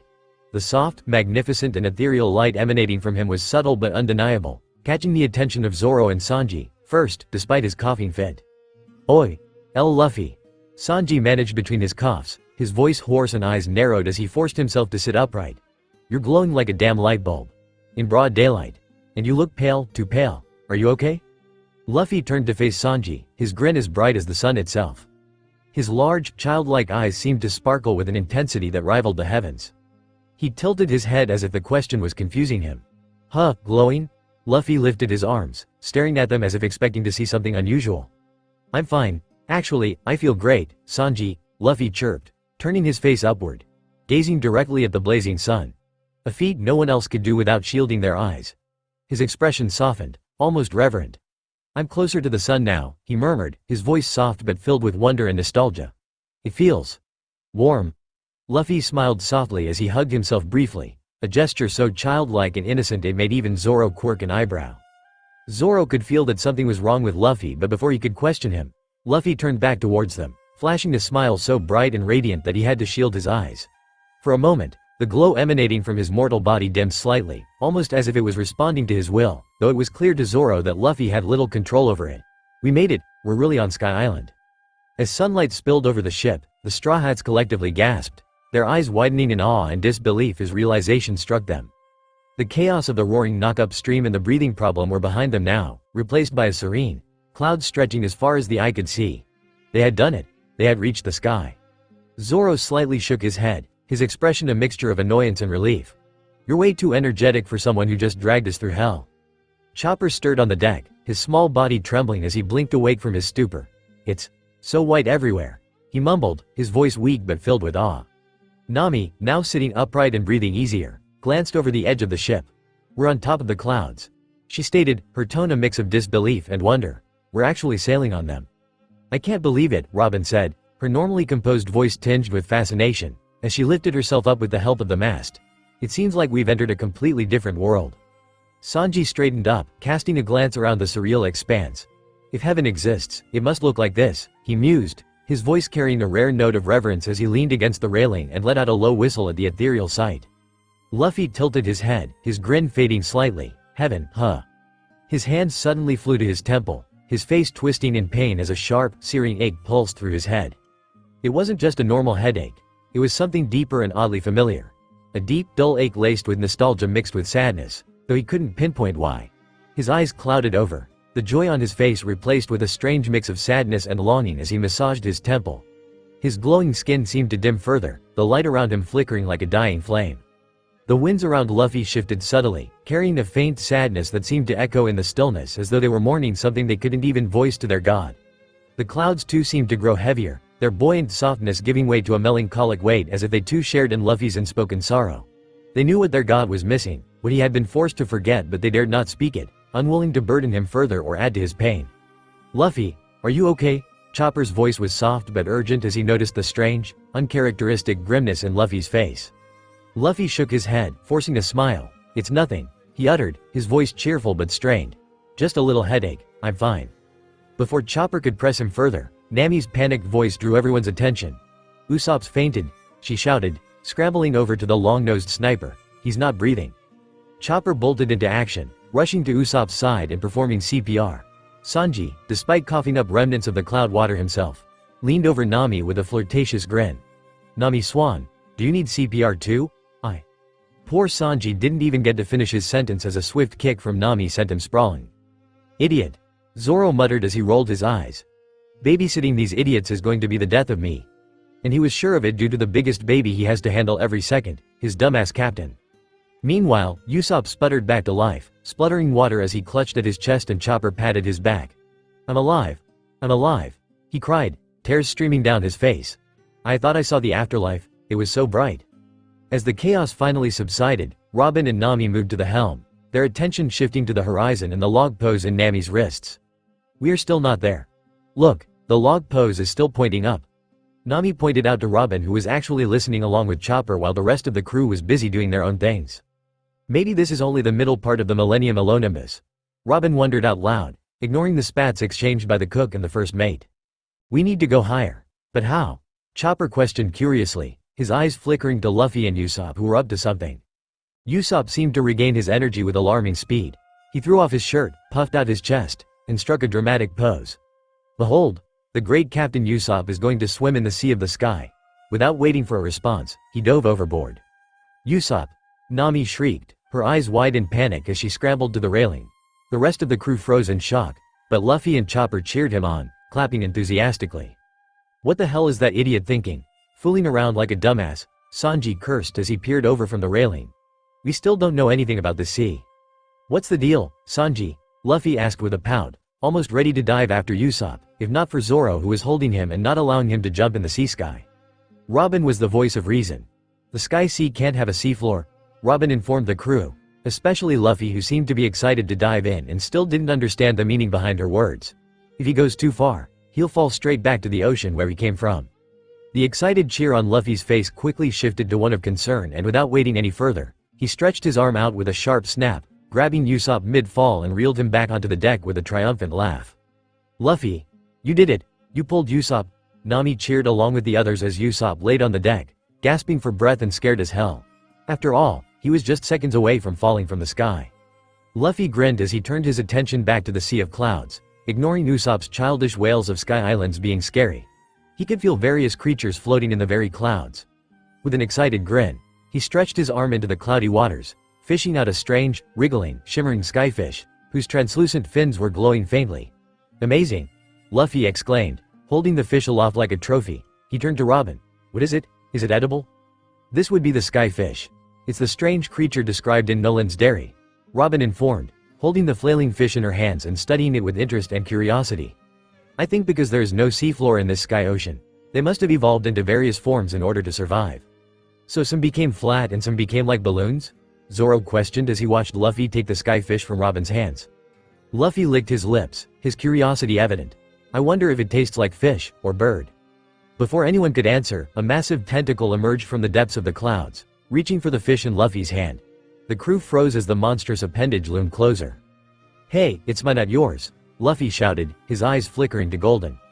The outburst was enough for the tentacle to hesitate and retreat back into the clouds, but the fight wasn't over. Moments later, the head of a massive octopus-like kraken breached the clouds, its enormous eyes locking with Luffy's glowing golden gaze. Its sheer size dwarfed the Going Merry. Nami, Usopp, and Chopper shrieked in panic, while Zoro drew his swords, ready to strike. Before the octopus could act, another creature, a lizard-snake hybrid, leapt from the clouds, aiming for the fish in Luffy's hand.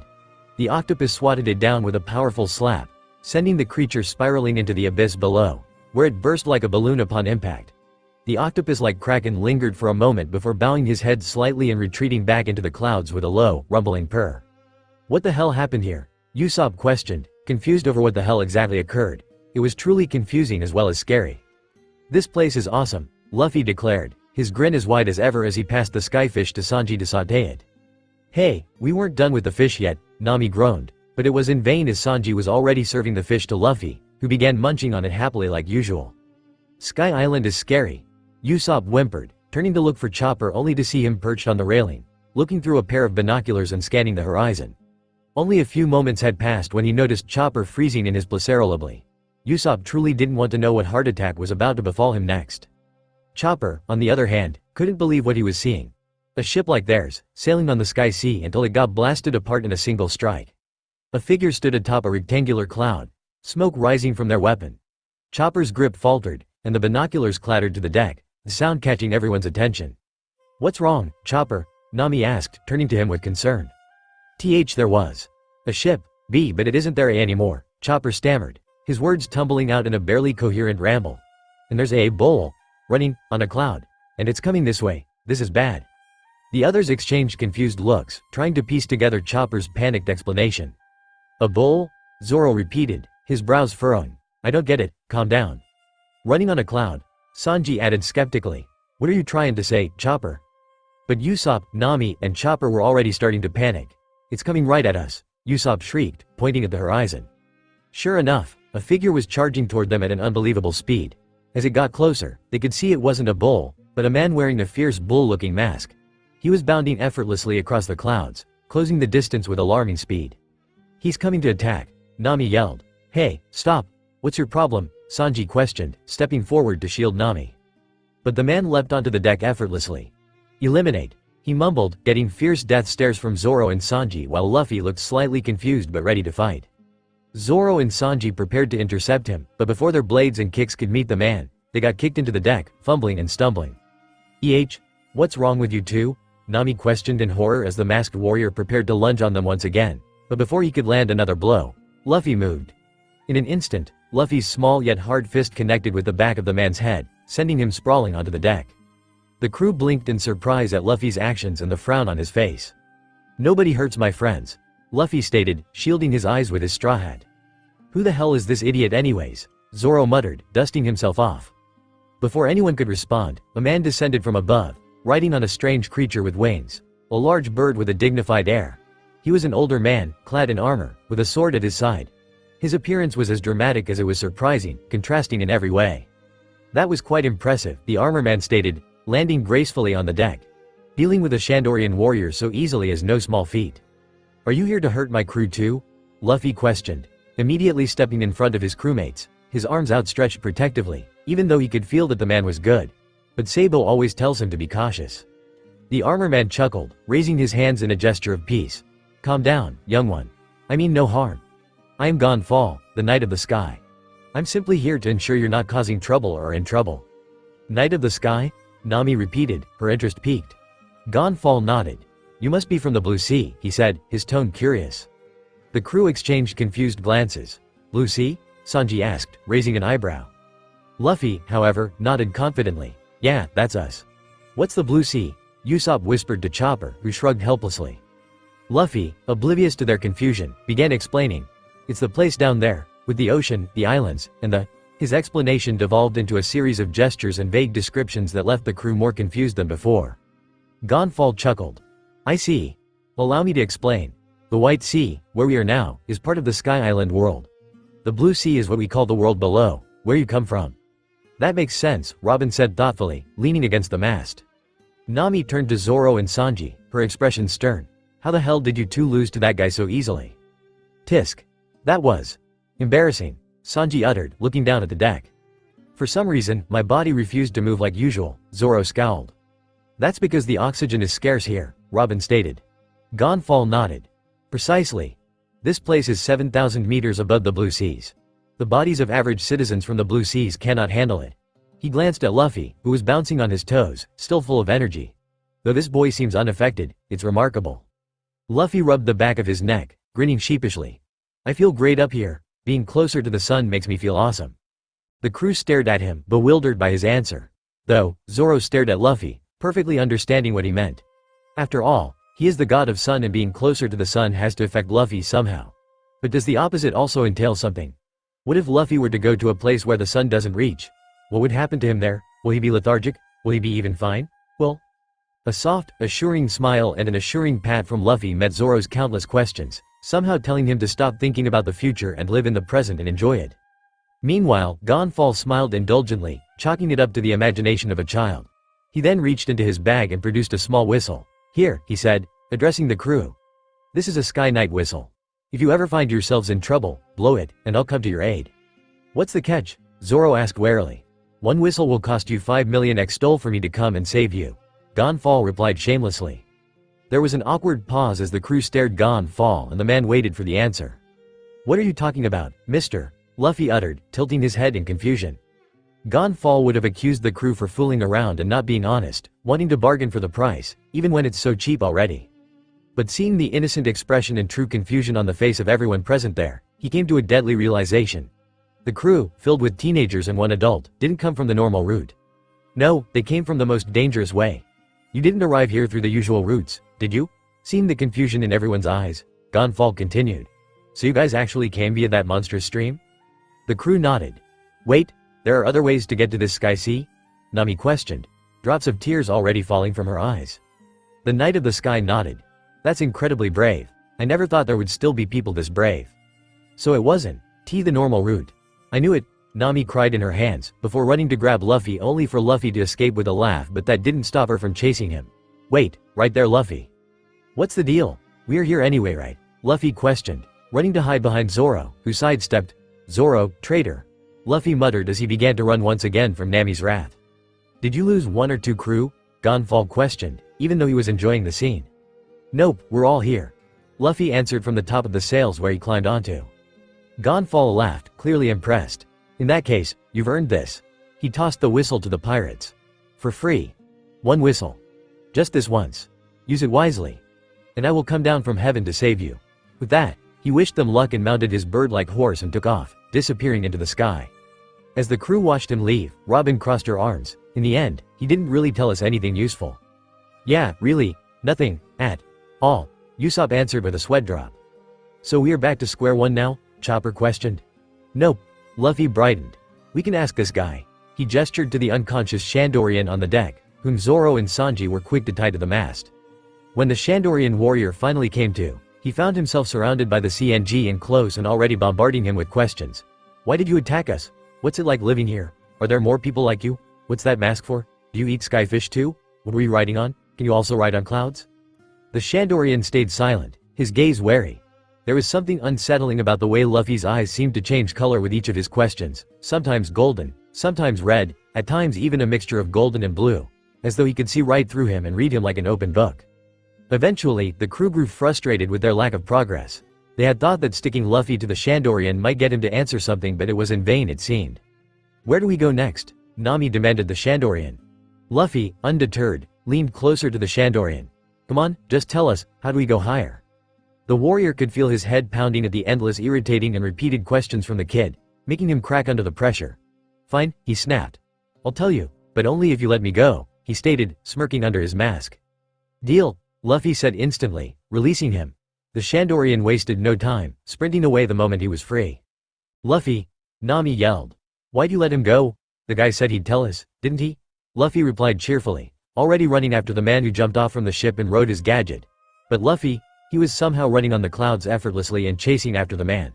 The Straw Hats were confused, but they had no choice but to follow after Luffy. The Straw Hats tracked their captain to a massive cloud waterfall, but the warrior was already out of sight.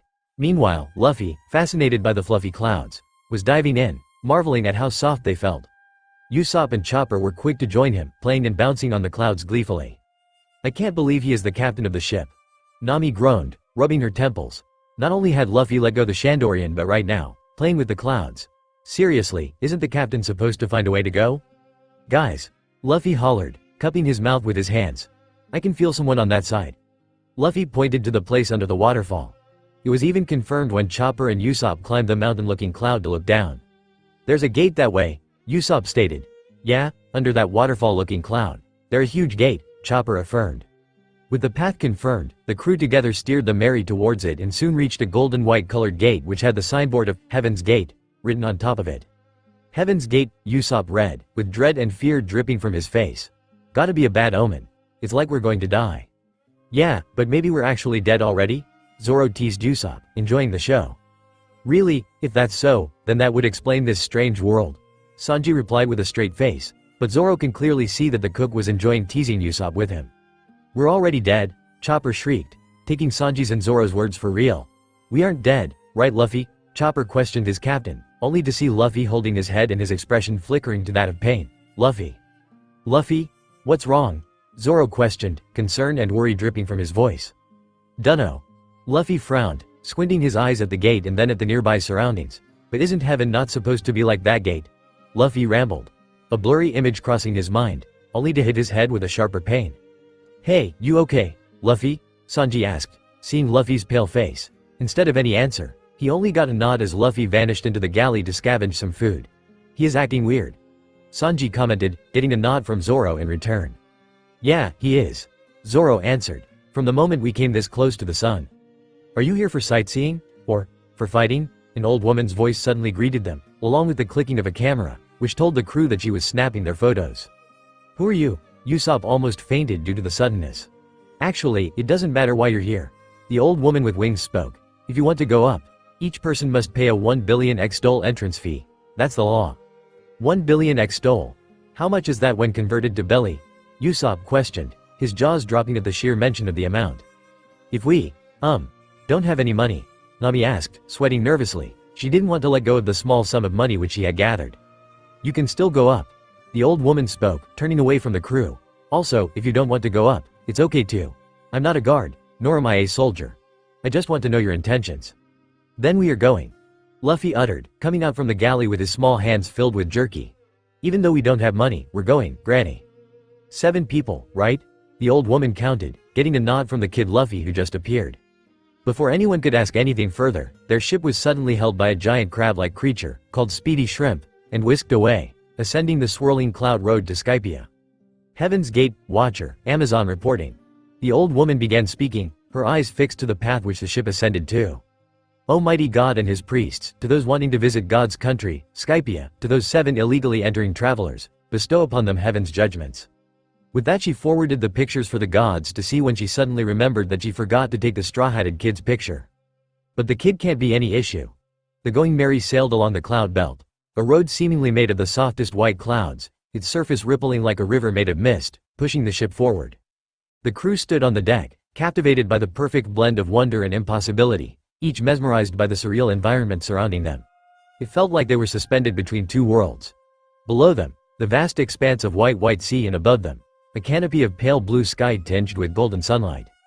Is this natural? Sanji asked, narrowing his eyes as he leaned on the railing. His voice carried awe but also a hint of doubt. Natural?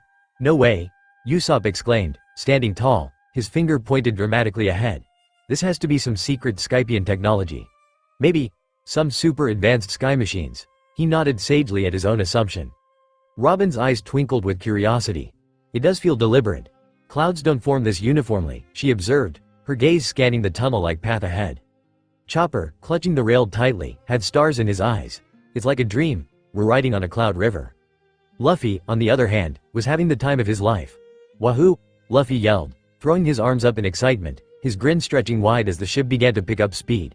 He was barely holding onto the ship's mast, completely unbothered by the increasing velocity as he let the winds rush past him. This is so cool. There's a fake. The wind tries to reach Luffy to warn him, but the ship goes by too quickly. There's something written on the top, Nami pointed out, as the ship approached the glowing archway where the inscription above it became clearer and clearer. It's got to be the exit, Chopper shouted out through the rushing winds. Godland Skypia, Usopp uttered as he read the glimmering words which seemed to be etched with sunlight itself, bold and commanding. It's not an exit, it's an entrance, he shouted out. Godland? Zoro wondered aloud, his brow furrowed, as he stole a glance from Luffy whose grin was only widening with each passing second. Why would they call it that? Sounds suspicious to me. Nami shuddered a little, though she couldn't hide the anticipation for what was about to come next. Doesn't matter, Luffy yelled. We're going in. His laughter echoed through the air as the ship sped toward the archway. His excitement was palpable, but even as he laughed, he started hearing the whispers the winds carried for him. It wasn't like the usual hum and cacophony of the winds. It had an unusual rhythm to it. Be care, you were try, Skypia isn't saw. Luffy's grin faltered slightly as he sensed the urgency in these whispers. What's wrong? He whispered back under his breath, tilting his head as confusion flickered across his face. What do you mean? Even if the winds repeated what they said, the ship surging forward into the land of the fantasy, bursting out of the cloud belt and into the realm of breathtaking beauty, captured Luffy's attention. The world of Skypia unfolded like a dream. Endless expanses of the white sea stretched beneath a sky of soft blues and golden light. Floating islands of solid cloud drifted lazily in the air, connected by staircases of light and ropes glimmering like spun gold. Colorful buildings with intricate feathered rooftops dotted the landscape, nestled among waterfalls of radiant liquid that cascaded from higher altitudes and disappeared into the clouds below. The air was sweet and crisp, carrying the faint scent of flowers. Whoa, Nami breathed, her voice barely audible over the hum of the sea. This is heaven, Chopper exclaimed, his voice trembling with awe. It's incredible, Usopp shouted, already halfway over the side of the ship. I need to see if the clouds are solid. Without waiting for confirmation, he leapt from the deck, landing with a soft puff on the cloud floor.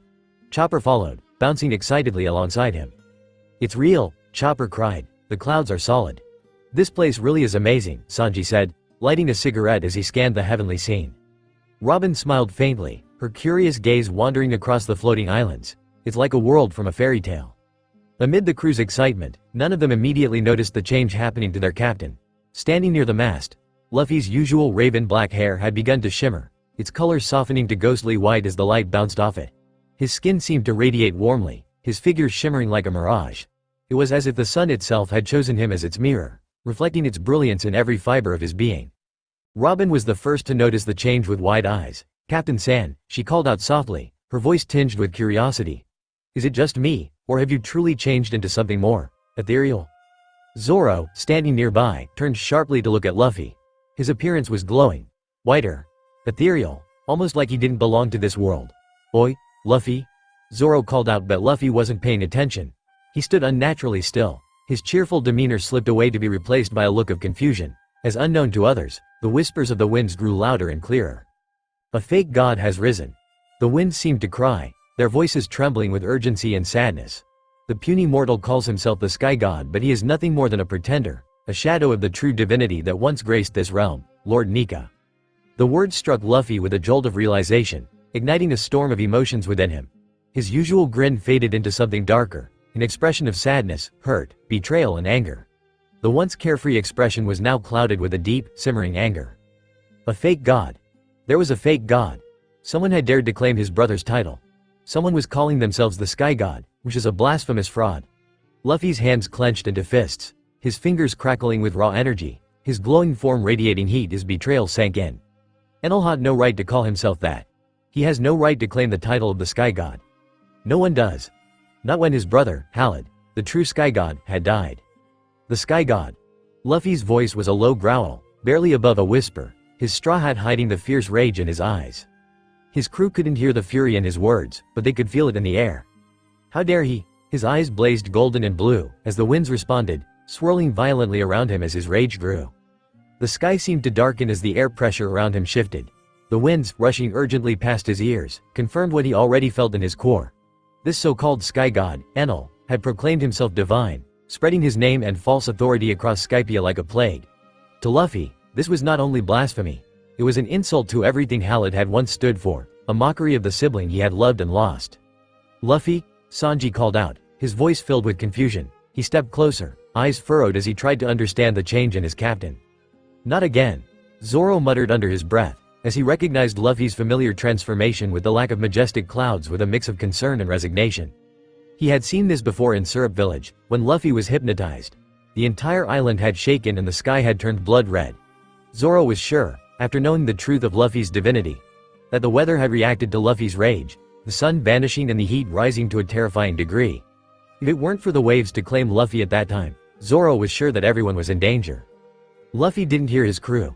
His focus was elsewhere, his mind set on one thing: finding Enel and putting an end to this pretender's claim. His body surged with energy, the familiar warmth of the sun beginning to course through his veins. But this time, it felt different. Stronger. Almost like he was drawing from something greater. His form began to shift again, unconsciously, his power expanding. His nails dug into his palms. His face twisted W. He could feel the weak, faint presence, the source of the blasphemy, and his body moved instinctively. Without another word, Luffy stepped forward, his gaze hard and determined. "I'll be back," Luffy said abruptly, his voice cold and clipped. "Huh?" Nami turned toward him, alarmed. "What do you mean, back? Where are you going, Luffy?" "To deal with some delusional trash," Luffy replied, his tone leaving no room for argument. Without waiting for a response, he crouched low, the air around him crackling with an intense energy, and launched himself skyward. He vanished into the distance, leaving the crew behind in stunned silence. "What just happened?" Nami asked, her voice tinged with panic. Zoro's sharp gaze lingered on the spot where Luffy had disappeared. "He's angry, really angry." "And glowing," Robin added, her tone calm but curious. She had noticed their temporary captain glowing more than once, but only during the shadow of darkness. Not in plain daylight, and wasn't that a mystery yet to be solved? Did anyone else notice that? Nami nodded hesitantly, clutching the ship's rail tightly as her knuckles turned whiter. "Zoro. Did you see him? His hair, his skin." She spoke, her voice tinged with unknown terror. He looked like back then." Sanji, lighting a cigarette with a furrowed brow, exhaled slowly. "That idiot captain always does reckless things, but this was different." "What the hell was that?" Sanji questioned. Never had he thought that Luffy's hair would turn whiter or he would glow in broad daylight. He was still confused with Luffy's abnormalities, but this was too much. It almost makes him question what Luffy is if he isn't a human. Who is Luffy in reality? Was this just something a devil fruit can do? "Like in Syrup Village." Zoro answered to Nami, staring at the place Luffy was a moment ago.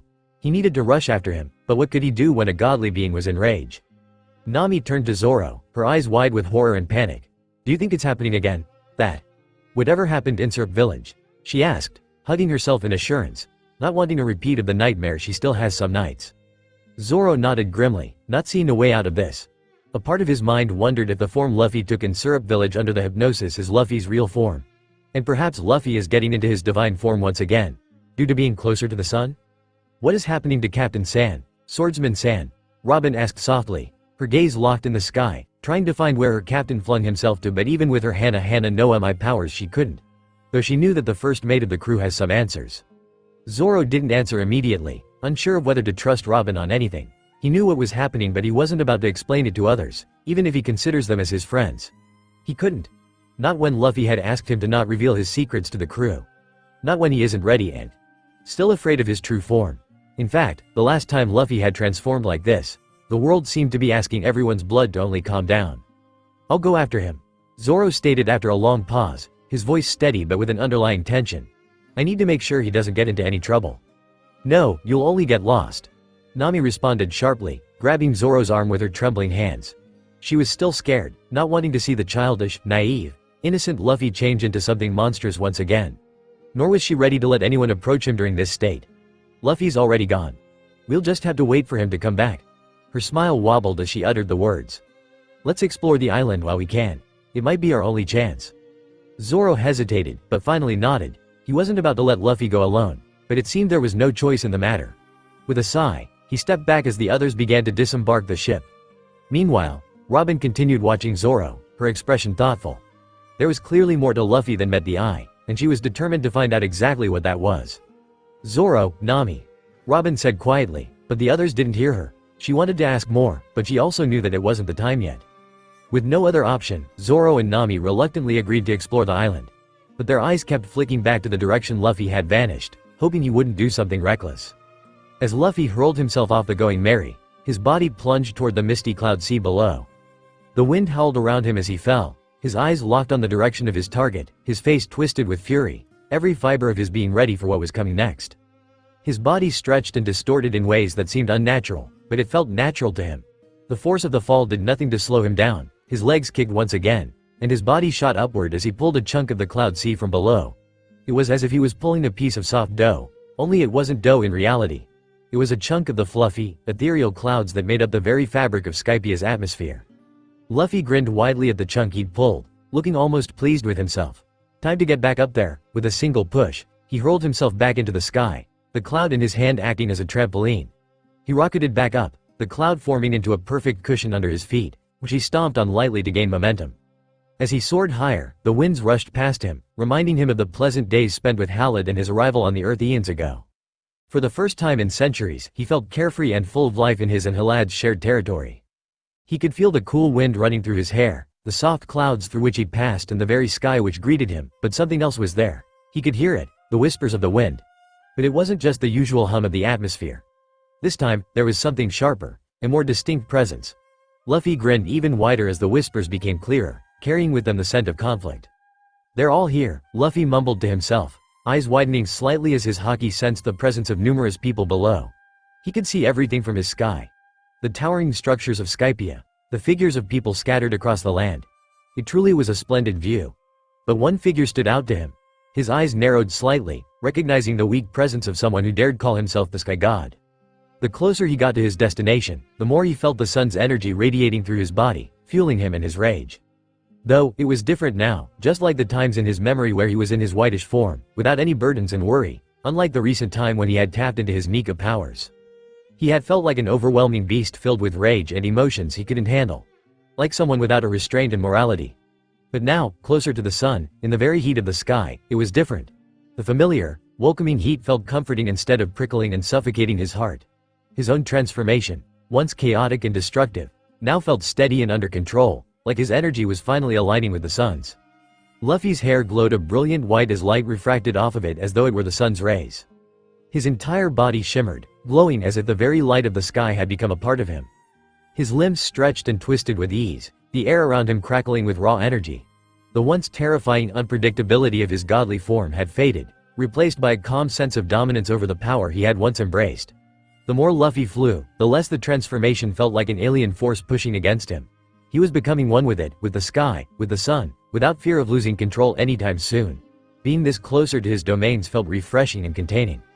Ahead, Luffy could see Enel sitting atop his floating throne, arms crossed in a casual, almost were simply waiting for him to arrive. Luffy could see the utter confidence and belief in the mortal's eyes as he approached, still sitting lazily as if he were untouchable. Luffy's eyes burned with a quiet fury as he zeroed in on Enel. He wasn't interested in speeches, he wasn't interested in fighting any underlings. He only wanted to take down the one who dared mock the sky and its true guardian. Well, what do we have here? Enel's voice boomed across the sky, dripping with arrogance and superiority. Another fool who dares to challenge me. The true god of Skypiea and Sky. He stated, raising his hand as if to dismiss Luffy already. Or perhaps you are lost, child. Luffy didn't answer. Instead, his fist shot out, propelled by a force so powerful that the air around him rapped with the movement, crackling with energy and rage. In an instant, his fist collided with Enel's stomach with a force that shattered the fake god's smirk and broke his rib cage to bits. Enel gasped, his breath knocked out of him as he stumbled backward along with his throne, his arms flailing in an attempt to regain balance. His smug attitude and calm yet bored demeanor shattered instantly, replaced with shock and confusion. Luffy started walking in deliberate slow steps towards Enel, unbothered by the people who rushed out of the room in horror, his body still shimmering with that intense white glow. His grin was grim, more of a statement than the usual expression of joy. His chest rose and fell with the power coursing through him, and his voice, when it finally came, was low but laced with fury. You're no god. Luffy's words were cold, cutting through the air between them. I lost someone who was. No one can replace him, not you. Enel laid on the floor, crumbling in pain, as his face contorted into disbelief as he tried to recover his breaths and make sense of what was happening. Fool, he shouted, his arrogance reaching its pinnacle even if his insides hurt. Do you think you can stand against me? I am the true ruler of Sky? He threatened as he tried to summon his power. Lighting crackled around his fingertips, but there was something about the divine-looking kid that made it all feel irrelevant. You will bow before me, or you shall be erased. Luffy didn't wait for any more threats. The sky was his. The sun was his. And no one, not some imposter, not anyone, had or will have the right to claim what belonged to him.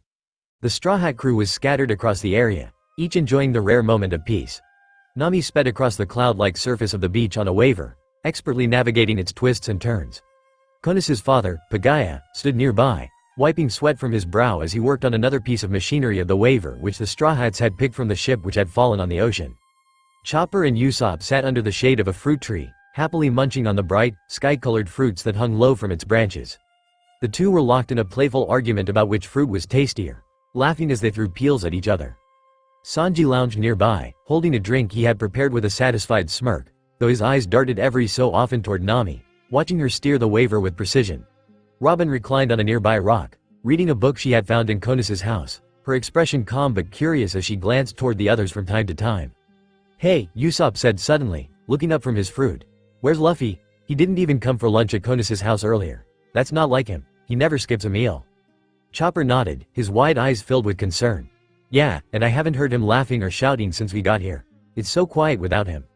For a moment, the group fell silent. Sanji lit a cigarette, his brow furrowing as he took a long drag. Zoro paused for a second in his weightlifting and stared off into the distance, the same direction Luffy had flown off to earlier. Nami, who had brought the waver to a stop nearby, bit her lip nervously, her grip on the handlebars tightening. Konis, standing near her father, tilted her head curiously. Who's Luffy? She asked softly, her tone polite yet puzzled. Our captain. Zoro was the first to answer. Sanji exhaled a puff of smoke, leaning forward slightly as he added, he's the one who keeps us together, though he's been acting strange lately. Robin, setting her book aside, spoke next. His behavior was unusual, she said, her voice steady. He seemed angry, distracted, like he was chasing something only he could see. Nami's expression darkened, and her knuckles turned white as she gripped the waver. She glanced toward Zoro as if seeking reassurance, but Zoro only kept his gaze on the horizon, his jaw tight. Before anyone could continue, the atmosphere shifted abruptly. A group of figures emerged from the tree line, clad in the ornate, otherworldly uniforms of Skypiea's sky guards. They moved with precision, their wings flaring behind them as they approached the crew. Konis and her father stiffened, their eyes widening in surprise and worry. One of the guards stepped forward, his expression stern. You're those citizens of Blue Sea, who entered Skypiea unlawfully, he declared, his voice loud and commanding. By decree of the Sky Lord, you are under arrest for evading payment of the entry fee. What? Usopp shot up, nearly choking on his fruit. He didn't believe that there was a Sky Lord that they had offended. What would they do now? Why is he calling us illegal trespassers? Sanji questioned, taking a swig of his cigarette. It must be about the 1 billion XDOL entrance fee, which we certainly didn't pay, Robin answered. But that old lady said we could pass, Usopp objected instantly. He truly didn't want to incur the wrath of a god. Konas's father, Pagaya, stepped forward hesitantly. Wait, there must be some misunderstanding, he said, his tone placating. They're not bad guys, Captain McKinley.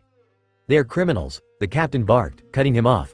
Regardless of your hospitality, they entered without following the laws of our land. Harboring them will only bring judgment upon you as well. Konas clenched her fists, her voice trembling but defiant. They're not criminals, they've done nothing wrong.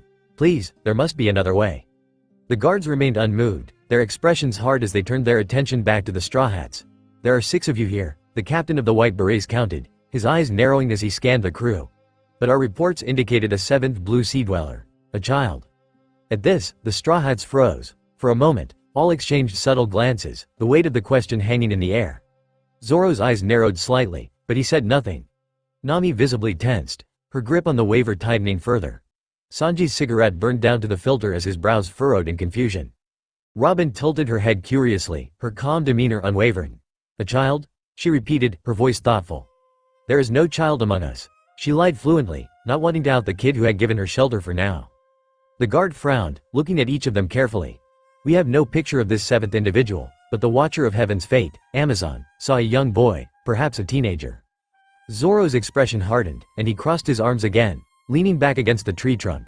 No idea who you're talking about, he said flatly, his tone dismissive.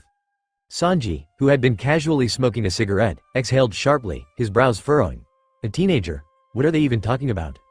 Usopp and Chopper, on the other hand, sweated in nervousness, knowing full well about the lies being exchanged. Luffy looks like a kid to them too. Usopp mumbled to Chopper as they moved towards Sanji and Zoro discreetly. The guards exchanged glances, clearly growing more suspicious by the second. We have no image of the 7th individual, the leader admitted, his voice cold. But if you are hiding him, it will only worsen your crimes. Zoro's jaw tightened as he cast a sidelong glance at Nami, who had gone pale. Her grip on the waver tightened, and she opened her mouth to respond, but no words came out. Konas, sensing the rising tension, hesitated before speaking up. That kid is Luffy, right? Your captain? She asked softly, addressing the Straw Hats. Though a part of her questioned, why would the crew have a kid for their captain? Zoro's voice broke the silence, calm and firm. Yeah, he's our captain. And no, we're not handing him over. He answered Konas as well as the White Berets, his hands already on the hilt of his katana, ready to strike. Where is this, Luffy? Bring him to us, or we will detain all of you this instant. One of the guards stepped forward and ordered. Zoro scowled, unsheathing his sword. Good luck finding him. You're not dragging him anywhere. Sanji adjusted his tie, a sharp glare forming, ready to protect the ladies. Yeah, Luffy might look like a kid, but good luck handling someone who could eat all of you for breakfast. The guards stiffened at the ominous tone. Konas and her father, still defending the Straw Hats, appeared increasingly concerned. If only they knew just what kind of child they were searching for. Robin thought as her lips curled into a small, knowing smile. Who is part of one of the most legendary pirates and much more. Luffy pressed his foot harder onto Enel's stomach, causing the self-proclaimed sky god to wheeze in pain. His golden rod lay discarded to the side, his once confident smirk replaced with a grimace of desperation and pain. His breath came in shallow gasps, his body battered and bruised from Luffy's assault. Every fiber of his being screamed in agony and his chest ached from where Luffy's punch had shattered his pride and his ribs. He started coughing, coating his hand in blood. As Luffy's intense, glowing eyes bore down on him, radiating power and an unspoken warning. Panic started to creep in Enel as he realized he was dangerously close to his death. The sheer pressure emanating from the boy, no, this being, was suffocating. The light around him seemed to ripple, distorting the air like a mirage. Luffy's hair, glowing unnaturally white, shifted and flickered, as if reflecting the blazing sun. His eyes gleamed with a golden hue, and his body exuded an aura of raw, unrestrained power. Enel's mind raced in disbelief. How could this child, a boy who barely looks old enough to wield any weapon, hold so much destructive force? But Enel was desperate. He didn't want to die. The heat radiating from the boy and his destructive pressure was already making him lose consciousness. But he can't. He can't die. Not when he is a god. Wait, Enel stammered, coughing as he tried to speak. This isn't any fun, is it? Crushing me like a bug? Where's the thrill in that? The words felt foreign in his mouth and tasted bitter, but Enel could find only this way to free himself from the one-side trashing. Luffy didn't budge or respond. his wide grin feral and manic as his foot pressed harder against Enel's stomach. The motion sent a sharp wave of pain through Enel's body, forcing a choked cry from his lips. "This monster is going to kill me," Enel's mind screamed. "I have a better idea," Enel croaked, struggling to sound confident despite the tremor in his voice. "I challenge you," Enel coughed sickly once again, "a competition between gods and their believers." Luffy blinked, breaking out of his stupor, and tilted his head slightly. "A challenge?" he questioned as the pressure on Enel's stomach lightened, though his foot remained firmly in place. "Why yes. A challenge." Enel seized the opportunity, speaking quickly before Luffy could crush him again. "We'll fight using our believers. And team against yours. A real challenge. Unless..." He smirked weakly, his voice gaining a mocking edge. "Unless you're scared to lose and don't have anyone." That did it. Luffy's interest was piqued, his golden eyes narrowed in thought and consideration. Enel took a shuddering breath, sensing he was finally getting through to the boy. And Enel continued, playing his trump card, "The leader of the winning team gets the title of Sky God. Of course, that is if you think you can handle it." Luffy's foot lifted slightly, and Enel nearly sighed in relief. A grin spread across his face as he crossed his arms, clearly intrigued. "A competition, huh?" He considered it for a moment, then nodded. "All right, I accept, but when my team wins, I'm gonna punch your face in." The image of Enel's future humiliation flashed in Luffy's mind, and he let out a laugh, imagining how hilarious it would be to see the so-called Sky God crushed under his crew's strength. Enel coughed, trying to keep his composure despite the humiliation of being treated like a toy, though his trembling body betrayed him. "Good. Then we'll fight in the city of Shandora, on the Giant Jack. That will be the arena." "Fine by me," Luffy replied, cracking his knuckles. "But hurry up and tell me the rules, otherwise Nami would scold me. I want to start already." Enel ignored the rambling and sudden pouting of the monstrous child as he straightened slightly, propping himself up on his elbows. "It hurts like a bitch. 4 rounds. The first 3 will be fought by our subordinates. The last will be between us. You and me. No divine intervention during the fights. And," he added with a smirk and crossed fingers, "each team must have an equal number of participants. That means 50 members per team." Luffy's jaw dropped at that. 50? That's way too many. You never said anything about that before? Enel shrugged with confidence, realizing that the foolish and naive kid was already in his grasp. "You agreed to the rules. If I have 50, you need to make a team of 50 before dawn. It's your problem, not mine." Luffy's face scrunched up in disbelief. "This is cheating. You claim to be a god and are getting offended with this?" Enel smirked smugly, his logia powers were already slightly healing his body, though it wasn't enough. "You sneaky, unfair bastard," Luffy growled, his fists clenching. But despite his outburst, his lips curved into a defiant grin. "Fine, I'll get my team together and beat you so bad you'll never call yourself a god again." Without waiting for a response, Luffy launched himself into the sky, using the clouds and wind to propel himself forward. He needed allies, fast. As Luffy's figure disappeared into the distance, Enel pushed himself up, wincing at the pain shooting through his body. He rubbed his bruised stomach and sneered. "My idiot. Let's see how far you get." He turned to one of his remaining priests, who had arrived during the commotion. "Prepare the Arc Maxim. We're leaving as soon as possible. I'm not fighting that freak again." The priest hesitated. But the competition, Enel shot him a glare, silencing any protest. Let him waste his time gathering a team. By the time he realizes I'm gone, we'll be long out of reach. The priest bowed, hurrying off to carry out the orders. Enel leaned against a nearby pillar, his mind racing. That kid. No, that monster. He's not normal. There's something terrifying about him. The Going Merry floated near the docks of Angel Island, rocking gently against the breeze. The Straw Hats stood on the deck, the tension from their clash with the White Berets still hanging in the air. While Conus and her father stood on the beach, far away from the Straw Hats, nervous and quiet, their eyes darting towards the Straw Hats and the beaten form of the White Berets every so often. Suddenly, the sky shimmered with golden light and the air grew warmer, turning all eyes towards the source, only for their gazes to lock onto a figure seemingly descending from the heavens itself. "What's that?" Zoro asked, squinting as he placed a hand on his swords.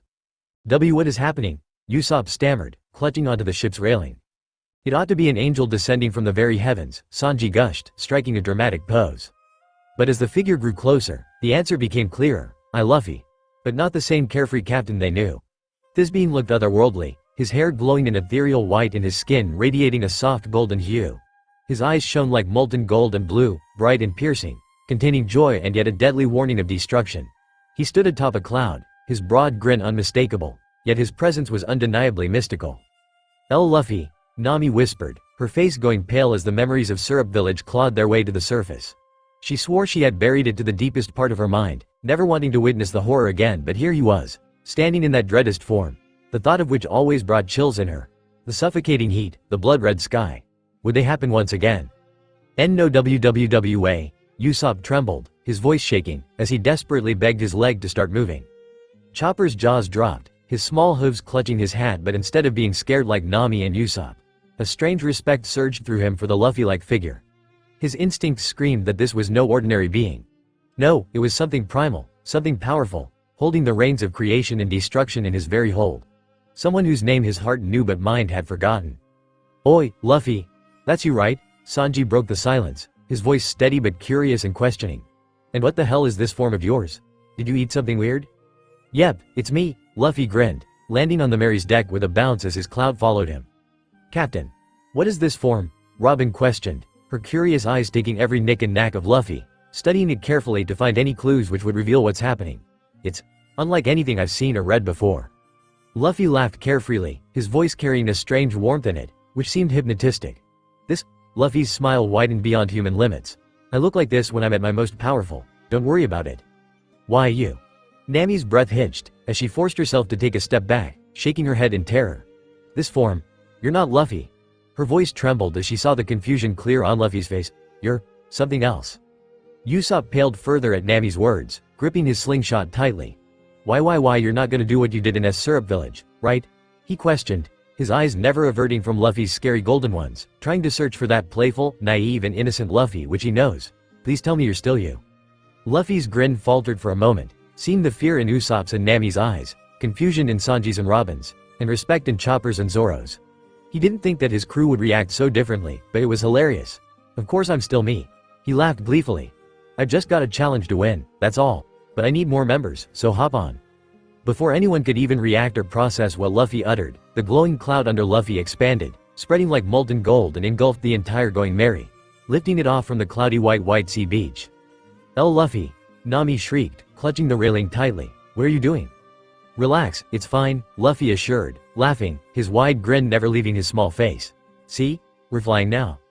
The crew could only gape in stunned silence and awe as the ship floated effortlessly through the air.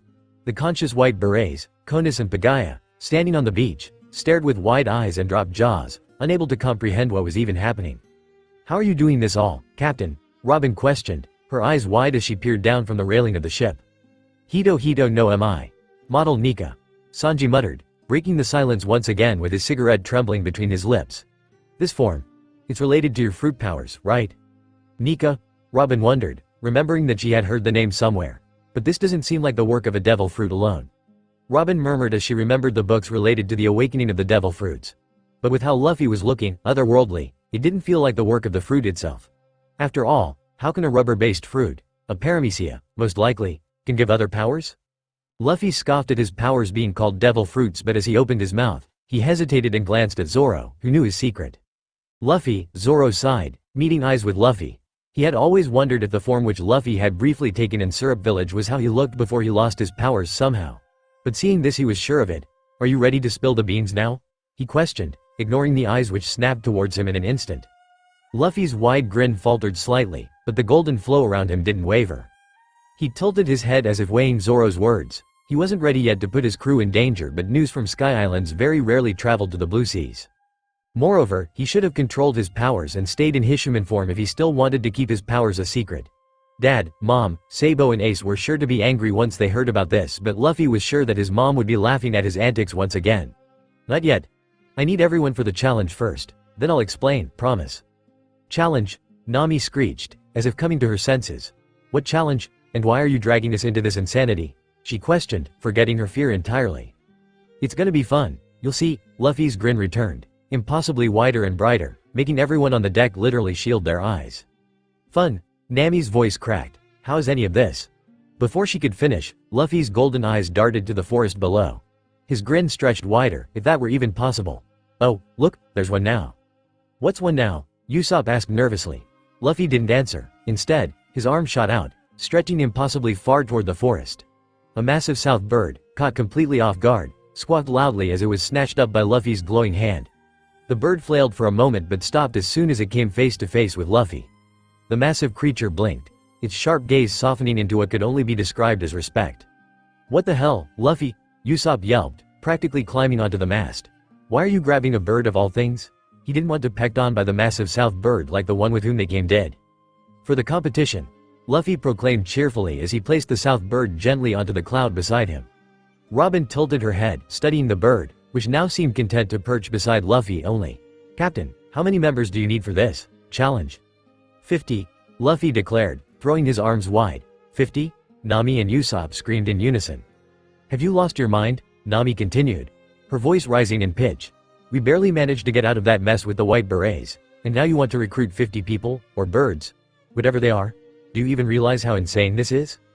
You're dragging us into this without telling us anything like always," Usopp added, trembling in fear of what game Luffy was dragging them into now. Luffy's grin wavered again, and the golden glow around him darkened. For a split second, the sky shifted into a deep crimson, the warmth of the air turning oppressive. After all, this challenge wasn't just a normal one for him. It was for Halid. He could have plumbed Enel back to the blue sea, obliterating him completely, but the way that egoistic mortal acted insulted the sky. He deserves his ego to be crushed along with his body. The sudden shift in the atmosphere made everyone almost freeze. Nami and Usopp clutched each other for dear life and didn't dare say another word. "Luffy." Zoro stepped forward, his hand still on his sword. "If you want us to follow you, you're gonna have to give us something. At least tell us why this is so important." Luffy's golden blue eyes flicked towards Zoro, then back to the horizon. For a MD him softened. "I will," he said quietly. "But not yet. Once I've got everyone, I'll explain everything, I promise." "Luffy," Robin began, but Luffy suddenly perked up, his grin returning. "They're here," Luffy uttered, his voice filled with excitement.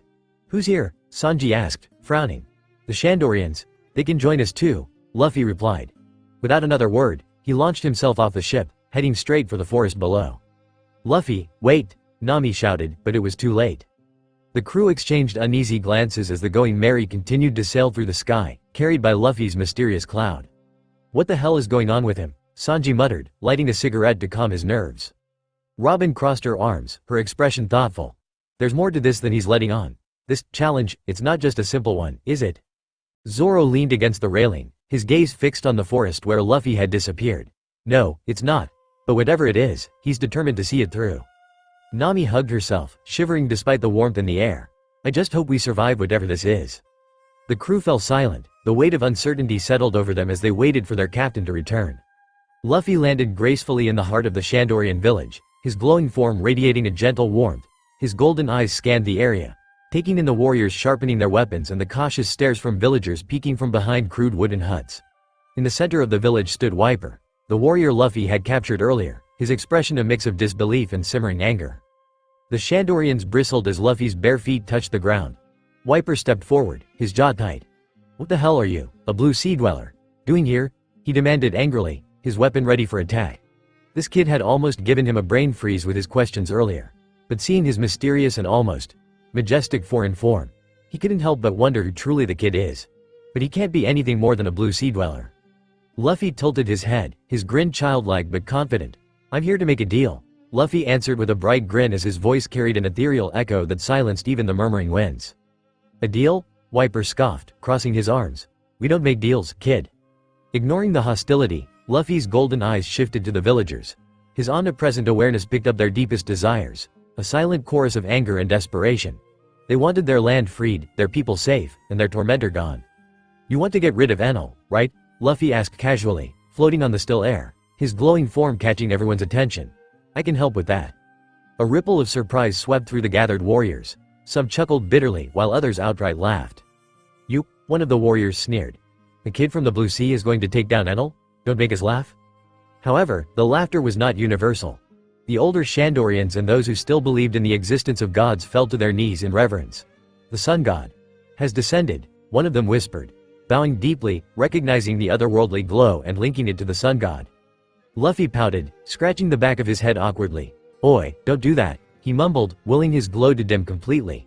He folded his arms over his chest, containing all his powers inside, but his otherworldly appearance was still undeniable. His white cloudy hair still floated ethereally and his golden blue eyes gleamed despite his efforts to appear less imposing. "I'm not here to be bowed to. I'm here to help." Wiper, unimpressed, spat at the ground. "We don't need a blue sea dweller to save us. Especially not one who looks like he's playing dress up as a god." He raised his weapon high in the air, ready to attack the one who had dared to capture him earlier.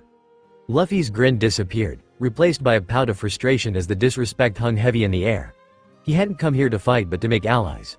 Without a warning, he let out a controlled burst of Conqueror's haki, which wasn't overwhelming but was enough to knock the air out of those who had mocked him. The warriors along with Wiper who had mocked Luffy staggered, dropped to their knees and gasped for air, their faces pale as if the weight of the sky pressed upon them. Luffy's golden blue eyes narrowed, his voice carrying a strange calmness that amplified his childish tone.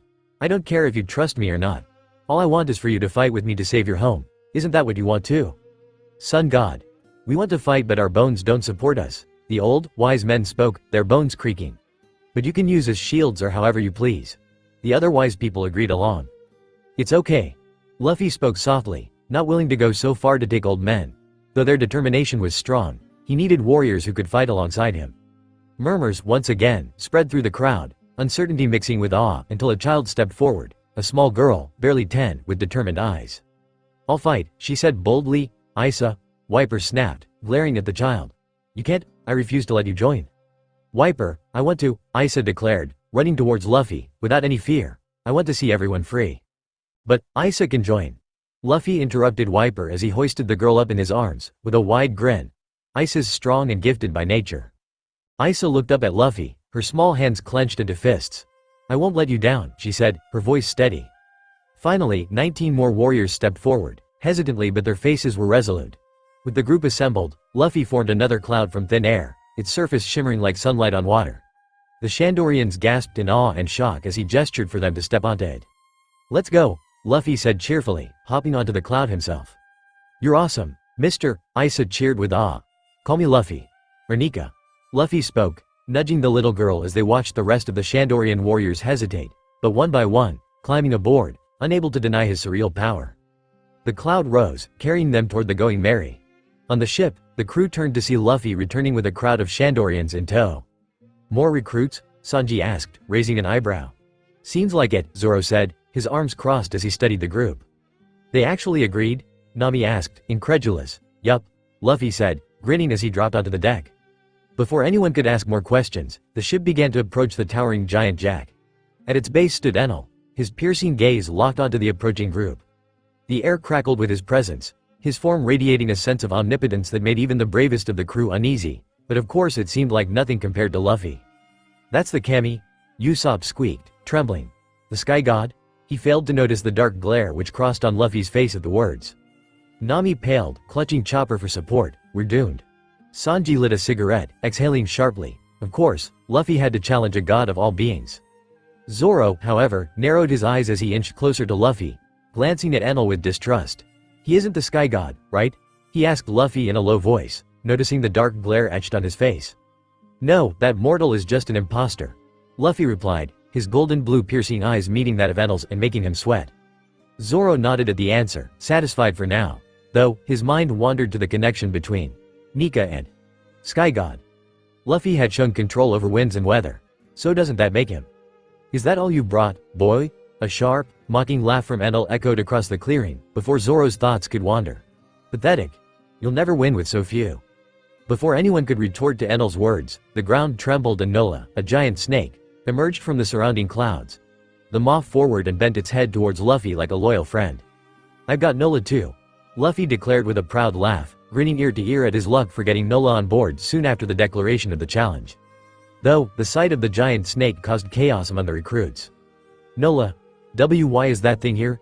Usopp wailed, clinging to the mast of the ship for his dear life. "Luffy, this is a bit too much," Nami screamed, her face pale as she clutched the railing and stayed as far as she could from the sharp teeth of the massive snake. "Whoa, that's cool." Chopper's fear melted into awe, his eyes sparkling as he admired the massive figure of Nola. Enel's smirk faltered briefly before he laughed louder. "Even with that oversized worm, you're still short on numbers, boy." As if on cue, a figure appeared in the distance. Gonfall, the Sky Knight, approached cautiously, his face creased with concern. He had heard the white berets and some citizens had been taken to the sacred land. "Old man," Luffy called, waving his hands and his grin widening. "Perfect timing, join my side, and we'll get rid of Enel for good." "What are you saying? You?" Gonfall stopped, stunned, his eyes widening as he took in the people gathered and the glowing form of the child calling for him. The aura of divinity radiating, although slightly dim, was unmistakable. You're not ordinary. Nope. So, you joining or what? Luffy asked, titling his head like a curious child. Gonfal's hesitation lasted only a moment. If it's to free Skypia from Enel's tyranny, then I'll fight alongside you. Before the conversation could continue, Enel clapped his hands mockingly. How touching, but there's still not enough subordinates. With fake pity, he gestured to the white berets and a group of captured citizens, including Konus and Pagaya, standing bound at the base of the giant jack. He had ordered his priests to find some useless members for the challenge. That monster's team should be filled to the brim with baggage that wouldn't be helpful at all. After all, he can't run away from the self-proclaimed god yet. The arc maxim's almost done. He just needs a little bit more time. Take them. I'm feeling generous. They can fight for you. The previously beaten guards bristled at the proclamation, their loyalty torn between survival and defying their commitment. Eventually, they stepped forward, their gaze having shifted to the helpless citizens they are meant to protect. Their hesitation was replaced with determination with one look at their previous god, Gonfal. Luffy's grin widened as he saw his team come together. Thanks, Lightning Guy. Enel sneered. Don't thank me yet. Tomorrow, we'll see who the true Kami of the sky is. With that, he turned to leave only to be stopped when Luffy's voice rang out, louder and firmer than before. You're not a god. Luffy called out, his golden blue eyes glowed fiercely as he stood tall against Enel. The air seemed to tremble at his words, a faint gust of wind swirling around him, as though it were responding to his anger. Luffy finally had enough of everyone's misconceptions. You're just someone playing pretend. If you truly believe you're a god, then you're far too gone in your own delusions. The real guardians of the sky would never act like you. The real guardians? Enel sneered, though his smirk faltered slightly. And who might they be, little boy? Are you saying you know them? Luffy tilted his head, the winds picking up around him in an almost unsettling manner. His grin turned mischievous but edged with something deeper, something ancient. Let's just say they were nothing like you. He paused, his eyes darkening for a moment, a shadow of something painful flashing across his face. The sky was theirs to protect. Halid. The sky god. He used to sing with the winds. His song was everything to the sky, but when it was taken from him, Luffy's expression hardened as his fists clenched. The winds grew angry. And the clouds. The clouds never forgive anyone who dares claim the title of the sky god so lightly. Luffy's gaze turned cold, almost as though he could feel the weight of the winds and the clouds themselves judging Enel. But that title isn't yours. It never was or will. It was passed eons ago to the sun god. Nika. He said the name with a quiet authority, as though it was both a declaration and a promise. The sky is mine to protect now along with the sun, and I'm not letting you get away with pretending to be something you're not. The wind howled around Luffy as if he was in the eye of a cyclone, picking up speed, answering his declaration. The clouds around them shifted, darkening ominously as if angered at the mere mention of Enel's false claim. The Shandorians, the Straw Hats, and even Enel couldn't ignore the palpable tension in the air. The very sky seemed to be alive with fury. Zoro stood by Luffy, his arms crossed and a small smirk tugging at his lips. He'd known this was coming someday. Though the addition of another title was something new to him too. About time the rest of the guys caught up, right, Luffy? Everyone could only watch in stunned silence as Luffy, no, Nika, nodded and stood resolute, his eyes blazing with the same fire that had once burned within the sun and the winds Halid had wielded. Nika's proclamation felt like the sky itself had spoken, the wind whispering old, forgotten songs, and the clouds brooding in silent judgment. The anger of the winds and the heaviness of the clouds seemed to respond to Nika's words. He had inherited the mantle, the power, the gentleness and the fury of Halid, though the memories of his brother's sacrifice were still incomplete to him. Yet, the sky remembered. The winds and clouds would never forget.